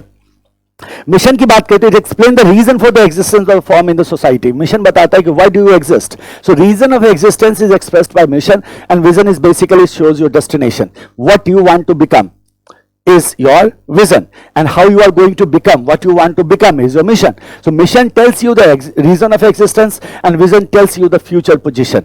फिर हमारे पास है बिजनेस डेफिनेशन। बिजनेस डेफिनेशन का मतलब होता है what kind of business is undertaken by the firm. So इसमें बहुत सारी चीजें आप डील करते हैं बिजनेस डेफिनेशन में, but we don't have to study. Business model, strategy for effective operation of the business, how to okay, business model and strategy are different thing. सबसे पहले मैं आपको ये बता दूं, आप ये मत समझना कि business model and strategy are same thing, but चूंकि हमारे सिलेबस में ऐसा कोई डिस्कशन नहीं है इसलिए हम उस पर ज्यादा ध्यान ना दें। आप क्या कहते हैं, strategy for effective operation of the business, business को अच्छी तरह से इफेक्टिवली कैसे ऑपरेट कर सके, for that purpose we have the business model. So business definition बनाता है what kind of business we are doing, business model बताता है how we are doing that business effectively. Then we have the goals and mission objectives, both are what, targets. And also we have the vision as a target, mission as a target, and from vision and mission, goals and objectives are derived. These are the base of measurement. Goals are the end result that the organization attempt to achieve.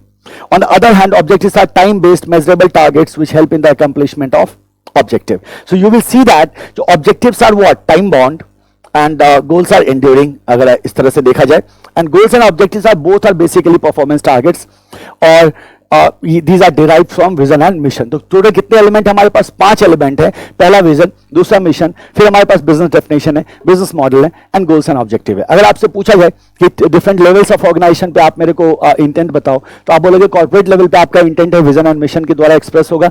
Business level पे अगर आप intent देखना चाहते हो तो business definition and business model को देख लो। Function level पे देखना चाहते हो तो गोल्स एंड ऑब्जेक्टिव को देख लो। आपने डेफिनेटली पढ़ा होगा चैप्टर को थॉरली, इसलिए मैं बहुत डिटेल में नहीं जा पाऊंगा अभी। आप जानते हैं ये हमारा रैपिड रिवीजन है जो आप कभी भी देख सकते हैं, आराम से आप इसे देखो, अपने नोट्स के साथ देखो, अपने बुक के साथ देखो, आपके पास जो भी मटेरियल आप उसके साथ देखो, बहुत प्रोडक्टिव होगा और पूरा का पूरा सिलेबस आपके सामने क्या होगा, फ्लैशबैक होगा।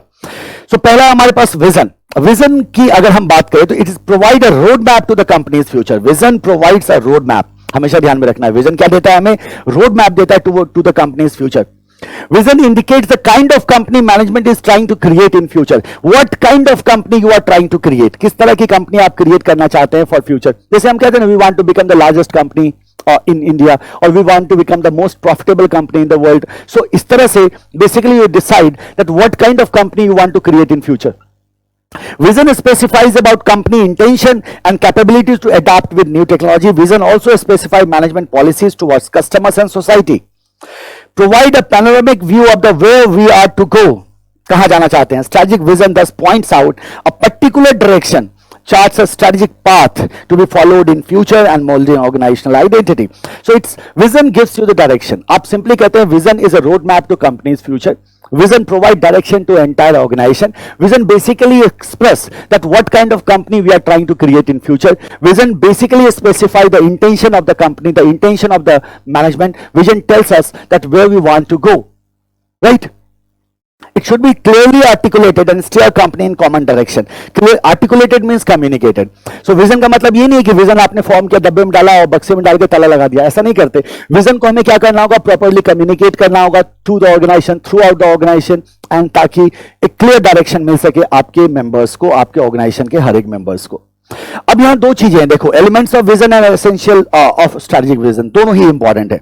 दोनों से ही एग्जाम में क्वेश्चंस पूछे जाते हैं, तो आप क्या करोगे, दोनों को मार्क करोगे। एलिमेंट्स ऑफ विजन की अगर हम बात करें तो एलिमेंट्स ऑफ विजन में आपको 3 एलिमेंट को क्या करना है, ध्यान में रखना है। सबसे पहला एलिमेंट है आपका मिशन स्टेटमेंट, सेकंड है long term course and choices, and third है आपका कम्युनिकेशन। सो 3 कीवर्ड्स को आपको ध्यान में रखना है, mission statement, choices for long term course and the communication. These are the 3 major elements of what, vision. सबसे पहला है मिशन स्टेटमेंट, यहीं से कहानी शुरू होती है। So coming up with a mission statement that defines what business the company is presently in and conveys the essence of who we are and where are we now. So until you don't say who we are and where are we now, you cannot say that where you want to go.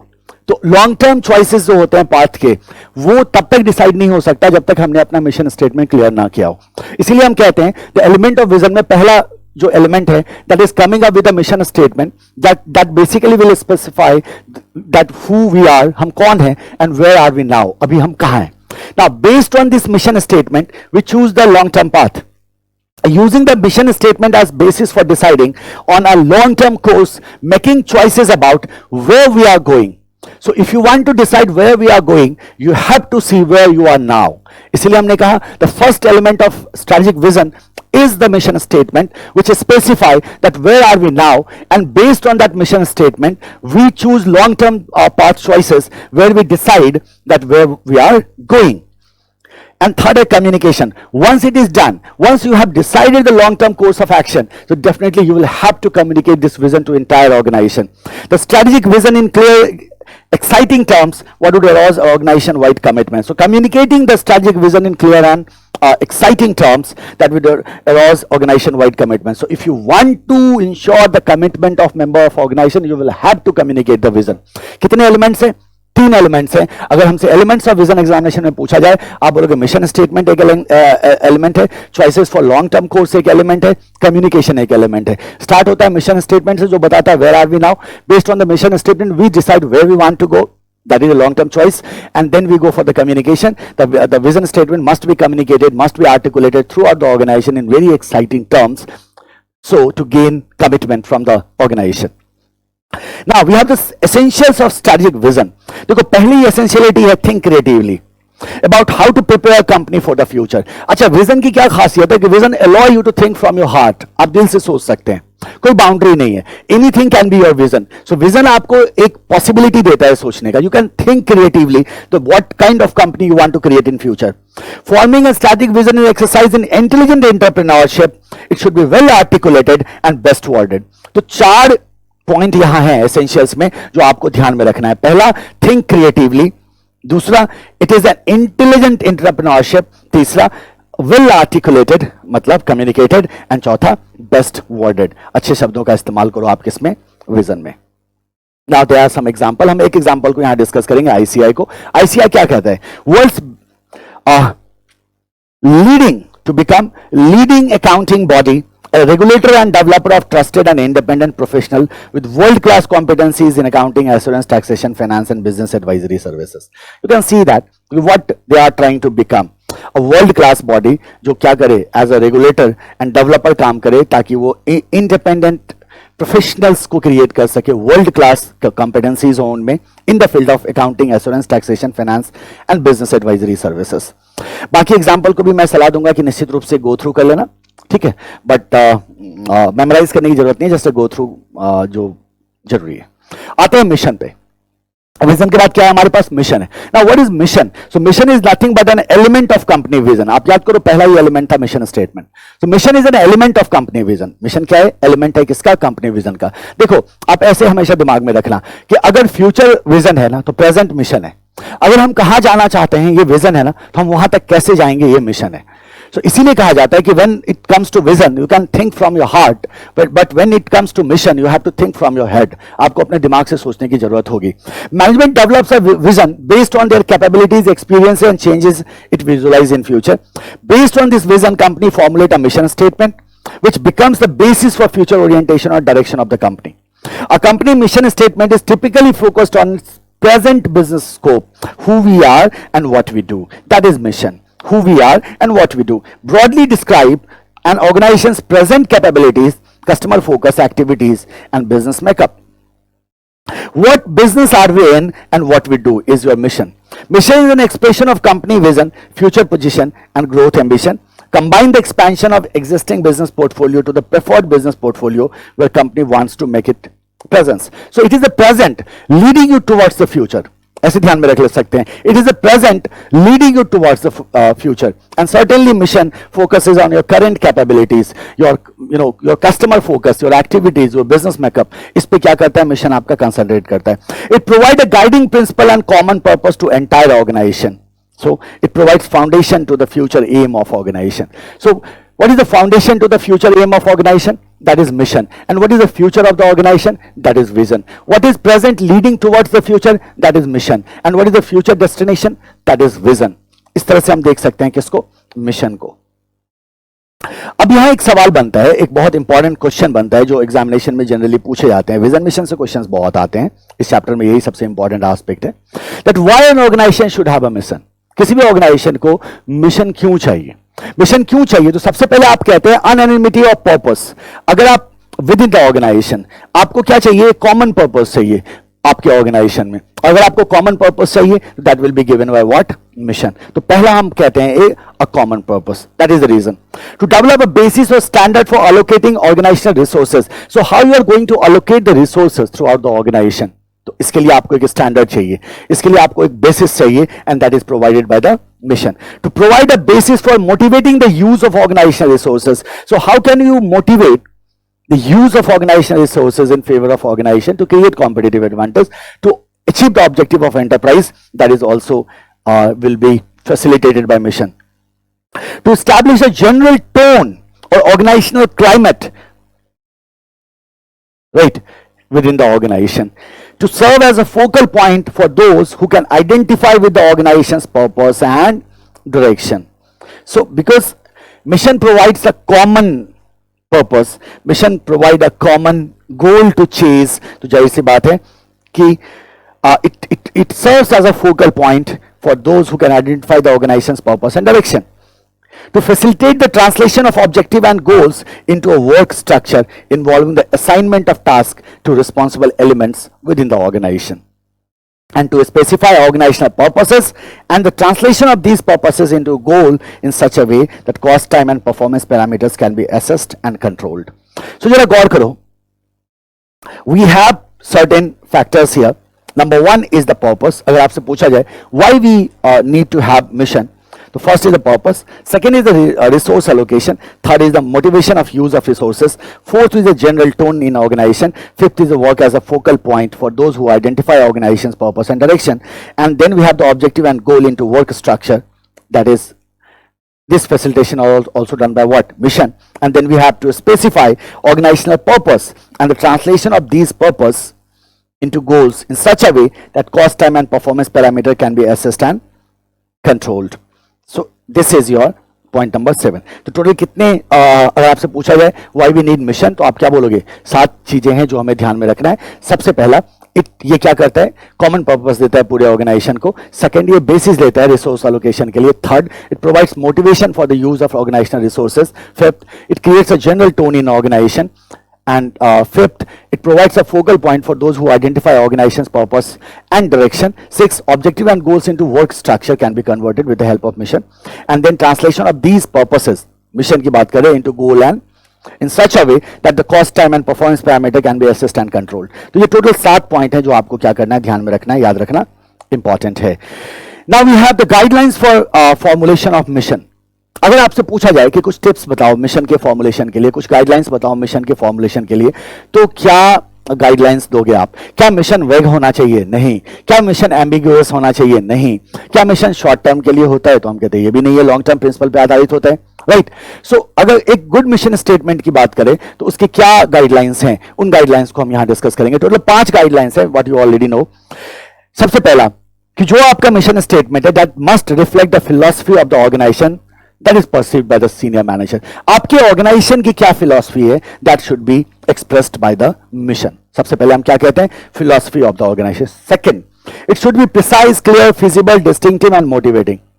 ठीक है, क्या होना चाहिए? Precise होना चाहिए, clear होना चाहिए, feasible होना चाहिए, डिस्टिंक्टिव होना चाहिए और मोटिवेटिंग होना चाहिए। एज आई टोल्ड यू, ये कभी भी एम्बिगुअस नहीं होना चाहिए। One of the role of mission statement is to give organization its own special identity, business emphasis and path for development, one that typically set it apart from the other similar positioned companies. Next point देखना, a company's business is defined by what needs it trying to satisfy, which customer group it is targeting, and technologies and competency it uses, and the activities it performs, and good mission statements are unique to the organization for which they are developed. So more or less, अगर हमसे guidelines की बात की जाती है तो हम कहते हैं कि मिशन स्टेटमेंट जो होता है लॉन्ग टर्म स्ट्रैटेजी प्रिंसिपल्स पे आधारित होता है। मिशन स्टेटमेंट कभी भी एम्बिगुअस नहीं होना चाहिए, क्लियर होना चाहिए, प्रिसाइज होना चाहिए। मिशन स्टेटमेंट सिर्फ प्रॉफिट मेकिंग एस्पेक्ट को इंक्लूड ना करे, सिर्फ प्रॉफिट मेकिंग मिशन हमारा नहीं होना चाहिए। And mission statement must be articulated, communicated with the entire organization. Mission statement की अगर हम बात करें तो ये ऑर्गेनाइजेशन को एक स्पेशल आइडेंटिटी देता है, ये एम्फेसाइज करता है बिजनेस को एंड पाथ फॉर डेवलपमेंट को। मिशन स्टेटमेंट की अगर हम बात करें तो ये इस बात को भी बताता है, इट ऑल्सो डिफाइंस, आप कह सकते हैं कि किस तरह के कस्टमर को हम कैटर कर रहे हैं, किस तरह के मार्केट में हम ऑपरेट कर रहे हैं, कौन हमारा कस्टमर टारगेट ग्रुप है, क्या टेक्नोलॉजीज कॉम्पिटेंसीज हैं जिसको हम यूज कर रहे हैं इन एक्टिविटीज को परफॉर्म करने के लिए। These things can be referred from mission. ठीक, राइट। तो ये आपका है हो गया क्या mission statement. Then there are some missions of ICI. ये कुछ एग्जांपल्स हैं जिसको मैं सलाह दूंगा, गो थ्रू कर लेना, मेमोराइज करने की कोशिश मत करना। अब जरा गौर करना कि पीटर ड्रकर का एक कॉन्सेप्ट है, what is our mission and what business are we in. तो इसका एक सिंपल सा मैं आपको तरीका बताता हूं, बहुत सिंपल सा क्वेश्चन है, एग्जाम में पूछा भी जा चुका है, सिंपल सा कॉन्सेप्ट है ये। सो पीटर ड्रकर का कहना था कि अगर मान लो आपको कभी इस सवाल का जवाब देना पड़े, what business are we in, तो जैसे ही हमने कहा what business are we in, the answer is the mission statement. Answer क्या होगा इसका? मिशन स्टेटमेंट होगा। तो पीटर ड्रकर का कहना है कि जब भी आपको इसका जवाब देना पड़े what business are we in, तो आपका आंसर कैसा होना चाहिए? क्या आपका आंसर प्रोडक्शन ओरिएंटेड होना चाहिए या आपका आंसर मार्केटिंग ओरिएंटेड होना चाहिए? यही पूरा डिबेट है, क्या प्रोडक्शन ओरिएंटेड होना चाहिए या मार्केटिंग ओरिएंटेड होना चाहिए।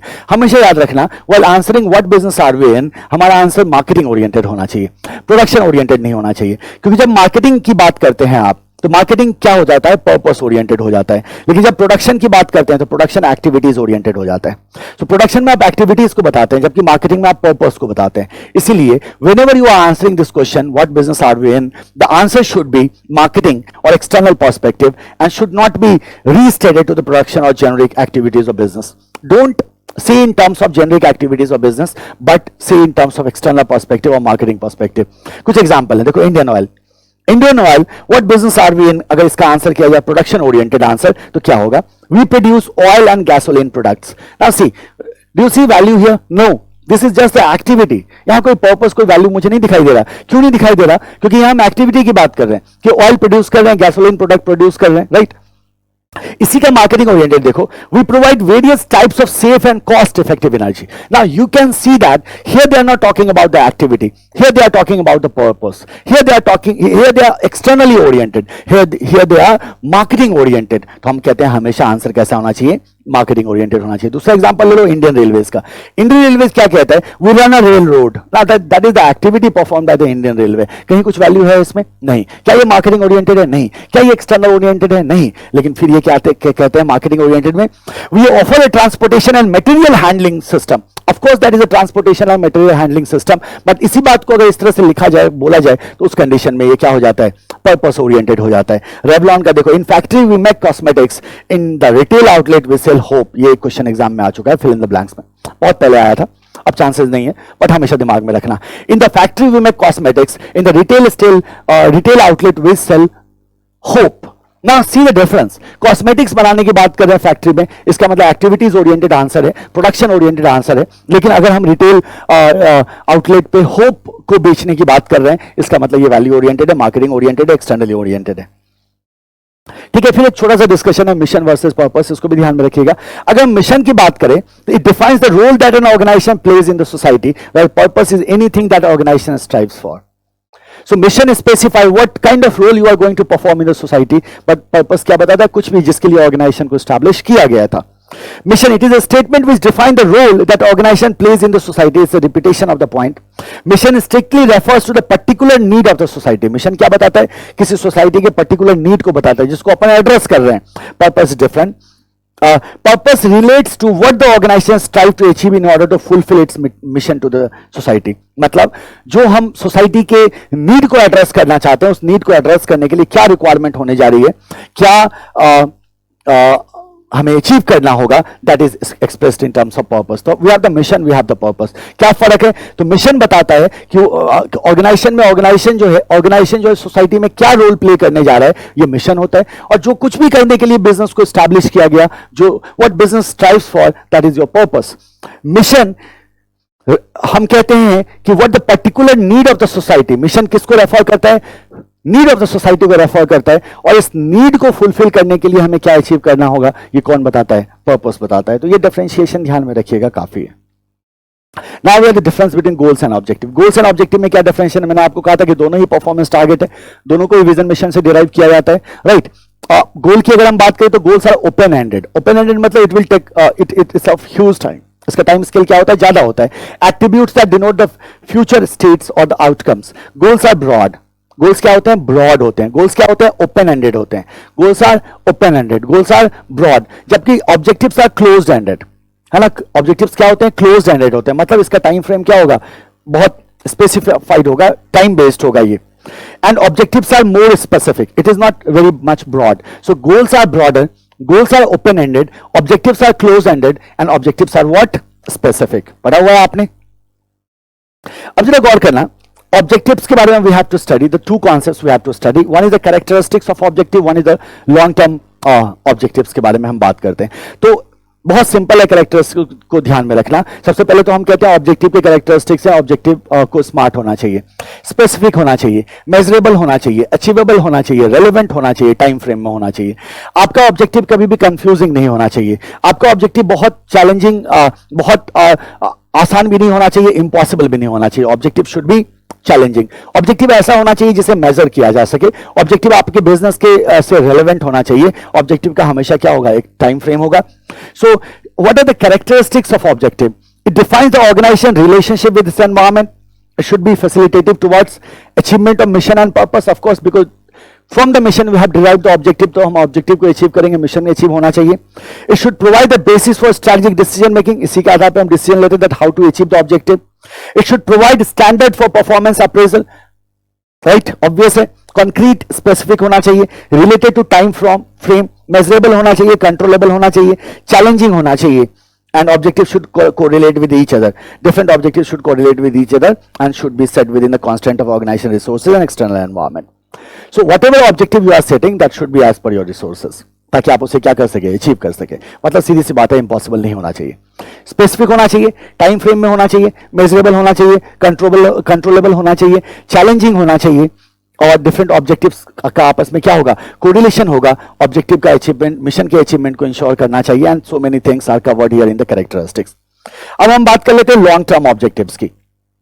To achieve long term prosperity, strategic planners commonly established long term objective in various areas. There are 7 areas: profitability, productivity, competitive position, employee development, employee relation, technological leadership, public responsibility. ध्यान में रखिएगा। So these are the area in which you develop the long term objectives. क्या area है? 7 areas हैं: profitability, productivity, competition, competitive position, employee development, employee retention, relations, technological leadership, and we have the public responsibility. Represent the long term objective represent the result expected from pursuing certain strategies. क्या result हम expect कर रहे हैं? Because it is basically expected result. Objective is the expected result, actual result is the performance. तो हम जो achieve करना चाहते हैं, जो एक्सपेक्ट है हमारा, वही तो हमारा ऑब्जेक्टिव है। The time frame for objective and strategy should be consistent, 2 to 5 years, should be quantitative, measurable, realistic, understandable, challenging, hierarchical, obtainable, congruent among organizational units. Each objective should also be associated with a timeline, that is a time frame. And short range objectives can be identical to long range objectives if an organization is already performing at targeted long term level. तो simple है, characteristics differ थोड़ी होगा। Long term का जो characteristics होगा और in general आपने जो ऑब्जेक्टिव का कैरेक्टरिस्टिक्स पढ़ा, दोनों क्या होगा? सेम होगा। आई होप आपका ये भी तैयार है। Now we have the strategic management model. देखो strategic management में हम जानते हैं कि we have certain steps like formulation, implementation and control. And formulation से पहले we do the analysis. और साथ ही साथ हमने ये भी कहा था कि जो the process of strategic management is an ongoing process. It is a continuous process. इसीलिए हमारा loop लगा होता है जिसके थ्रू हम feedback और control mechanism को show करते हैं। अब हम SM मॉडल की बात करें तो SM मॉडल जो हमें पढ़ने को दिया गया है, डेविस का मॉडल है। तो उस मॉडल से रिलेटेड कुछ फैक्ट हैं जिसको आपको ध्यान में रखना है। सबसे पहला, it is prepared for better understanding of the strategic management task. जाहिर सी बात है, मॉडल को बनाया इसलिए जाता है ताकि टास्क आसानी से समझ में आए। किसी भी प्रोसेस के मॉडल का मतलब होता है उस प्रोसेस के डिफरेंट स्टेप्स को हम इजीली समझ पाए, इसीलिए मॉडल बनाया जाता है। It provides a visual representation of the major component of SM. इसमें भी कुछ नहीं है। सो हम क्या कह रहे हैं, पहला अंडरस्टैंडिंग द टास्क के लिए हमने मॉडल बनाया है। मॉडल हमें टास्क को अंडरस्टैंड करने में मदद करता है, जो टास्क हम एसएम के अंदर करते हैं। दूसरा हम कह रहे हैं विजुअल रिप्रेजेंटेशन की बात कर रहे हैं। विजुअल रिप्रेजेंटेशन का मतलब जो मेरा एसएम का प्रोसेस है उसका जो विजुअल रिप्रेजेंटेशन होता है through the model, that can be achieved here. Provide the general overview of the strategic management process. It gives you the general overview. ये आपको क्या देता है? Different steps of SM process का जनरल ओवरव्यू देता है. This model is widely accepted and is comprehensive. Not so comprehensive of course, but yes, it is comprehensive because everything is included. इसमें feedback loop भी लाया गया है, इसीलिए इसको कॉम्प्रिहेंसिव कह सकते हैं. And of course it is accepted. Okay, अब जब हम एसएम मॉडल की बात करेंगे तो जैसे आप मॉडल देखोगे you will find that you have identified the vision, mission etcetera. So it is identifying vision, mission, objective, strategic analysis and choices for each goal. It determines the changes of the organization. It defines the strategy, formulation, implementation and evaluation activities should be performed on a continual basis and not just at the end of the year or half year or quarterly. ये model ये भी specify करता है, ये भी show करता है that जो एसएम का प्रोसेस है that should be done on continuous basis and not at the end of the year. कोई ऐसा टाइम नहीं है कि एक साल के बाद आपको अपने एसएम के प्रोसेस को चलाना है. It is a continuous process जो लगातार चलता रहेगा. For management process, good communication and feedback are needed in order to ensure accountability in business. As I told you earlier, it does not guarantee sure shot success, but it does represent a clear and practical approach of formulating, implementing, and evaluating strategy. So model does not guarantee the sure shot success, but it shows different components of the SM process as you can see in this particular diagram. यही diagram है, इसी की हम बात कर रहे थे, इसी के की पॉइंट्स की बात कर रहे हैं. देखो क्या आइडेंटिफाई करा रहा है, विजन, मिशन, ऑब्जेक्टिव को आप क्या कर सकते हैं, आइडेंटिफाई कर सकते हैं. Further you can generate, analyse and select strategy. तो it will help you to decide the direction of the organisation. ये देखो आपके पास ये लूप बना हुआ है, ये किस चीज के लिए भाई? तो हम कहते हैं सर ये फीडबैक के लिए लूप है. किस तरह का लूप है? ये फीडबैक के लिए लूप है, ताकि किसी भी तरह का चेंजेस अगर हमें कहीं करने की आवश्यकता हुई तो किया जा सकता है. यहां आप एनालिसिस भी कर रहे हैं, एनवायरमेंटल एनालिसिस और ऑर्गेनाइजेशनल एनालिसिस. ये आपका एक्सटर्नल है, ये आपका इंटरनल है. और आपके पास तीन मेजर स्टेप्स हैं, फॉर्मुलेशन, इंप्लीमेंटेशन एंड इवैल्यूएशन. और आपने कहा कि ये फॉर्मुलेशन, इंप्लीमेंटेशन एंड इवैल्यूएशन क्या होता है? कंटिन्यूअस बेसिस पे चलता रहता है. This is an ongoing process. ये एक जनरल ओवरव्यू है आपके एसएम के प्रोसेस का, ये एक विजुअल रिप्रेजेंटेशन है आपके एसएम के प्रोसेस का, और ये आपको एसएम के टास्क को समझने में मदद करता है.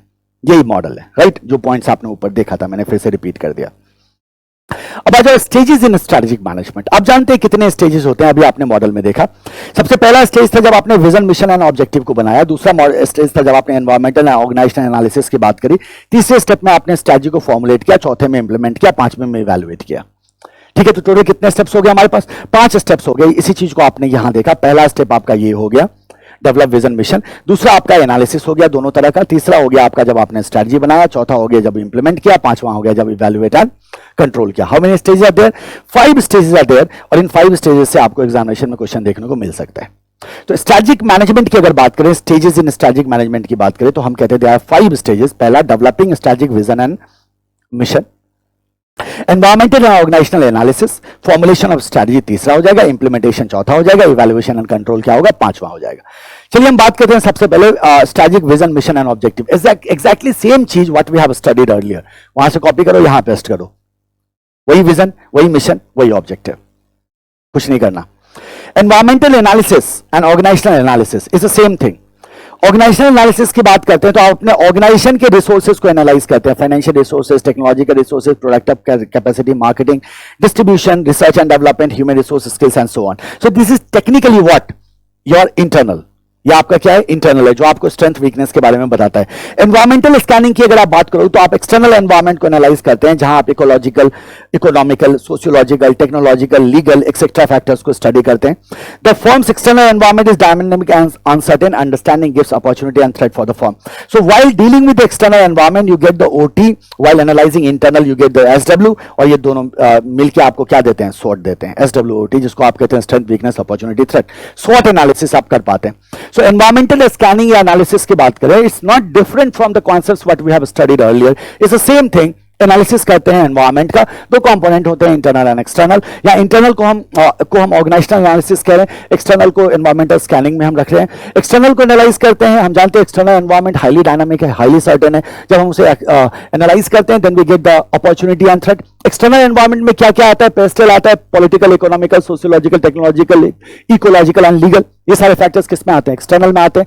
और इंटरनल में हमारे पास हमारे ऑर्गेनाइजेशन की क्या कैपेबिलिटीज है, हमारे क्या रिसोर्सेज है, हमारे क्या स्ट्रेंथ्स है, हमारे क्या वीकनेसेस हैं, that is covered in the internal. दोनों को एनालाइज किया, then we come to know about the SWOT, SWOT, strength, weakness, opportunity, threat, जिसके आधार पर हम फॉर्मुलेशन करते हैं स्ट्रेटजी का. इसी SWOT पे आधारित होकर we will do the formulation of strategy. और फॉर्मुलेशन ऑफ स्ट्रैटेजी में यू हैव द 3 स्टेप्स। पहला स्टेप है जनरेट, मतलब डेवलप करो। दूसरा है इवैल्यूएट, तीसरा है सेलेक्ट। हमेशा याद रखना, पहला स्टेप क्या है जनरेट, दूसरा क्या है इवैल्यूएट, तीसरा क्या है सेलेक्ट। अपने रिसोर्सेज को ध्यान में रखते हुए हम क्या करते हैं, ऑल्टरनेटिव स्ट्रैटेजीज को आइडेंटिफाई करते हैं कि हमारे पास क्या क्या स्ट्रैटेजिक ऑल्टरनेटिव्स अवेलेबल हैं। Once we have developed the strategic alternatives, then we evaluate the best alternative for us, and फिर हम क्या करते हैं, उनमें जो बेस्ट इवैल्यूएट करते हैं सारे ऑल्टरनेटिव को, और फिर उसमें जो बेस्ट ऑल्टरनेटिव होगा उसे सेलेक्ट कर लेंगे। तो generate, evaluate and select is the process of formulation of strategy. Then we go for the implementation. So implementation and execution is an operations oriented activity, because here you give action to the decision. Whatever decision has been taken while dealing with the formulation, उसको आप यहाँ क्या देते हैं, action देते हैं, और ये operations oriented activities are handled by the lower management of your organization. It is most demanding and time consuming. So implementation will require a lot of resources, and it will take a lot of time to implement a strategy. In most situation, strategy execution process include the following principal aspects. इसको क्या करना है, ध्यान में रखना है, single star रखो। Budget develop करना, स्टाफिंग करना, policies and operating procedure, best known practices को फॉलो करना, installing information and operating systems, motivating people, creating conducive environment, and exerting the internal relationship needed to drive implementation forward. These are certain principles. Minor चीज है, आप definitely जानते हैं, इसको क्या करना है एक बार ध्यान में रखना है, ठीक है। Strategic evaluation and control. Now this is the final stage where you see जो आप चाह रहे थे उस तरह से आपका स्ट्रेटेजी कंटिन्यू हो रहा है या नहीं हो रहा है। The final step of strategic management process is evaluating the companies progress, assessing the impact of new external development and making corrective adjustment if required. So progress is done in the same manner what we intended, and what kind of changes are happening in environment, इन सबको हम accommodate करते हैं, इन सब के आधार पे corrective adjustment करते हैं in the evaluation and control. A company's direction or objective strategy have to be revisited anytime external or internal conditions warrant. कहने का मतलब है जब भी external और internal condition में changes होंगे, you will have to reconsider your mission, objective and strategy, जो obvious है, जो हम जानते हैं। It is to be expected that the company will modify its strategic vision, direction, objective and strategy over time. So with time you may modify your mission, your strategies, your vision sometimes as well. आप इसको objectives को आप इसको क्या कर सकते हैं, modify कर सकते हैं। टोटल कितने स्टेप्स हमारे पास, 5 स्टेप है। पहला हमने विजन मिशन को डिफाइन किया, दूसरा हमने एनालिसिस किया एनवायरमेंट का, जिसमें इंटरनल एक्सटर्नल दोनों था। यहां से सॉर्ट मिला, सॉर्ट के आधार पर हमें जनरेट, इवैल्यूएट और सेलेक्ट किया स्ट्रैटेजी को। Then we went for the implementation. Implementation के बाद हमने इवैल्यूएशन एंड कंट्रोल किया, जहां जरूरत के हिसाब से हम करेक्टिव एडजस्टमेंट करते चले गए।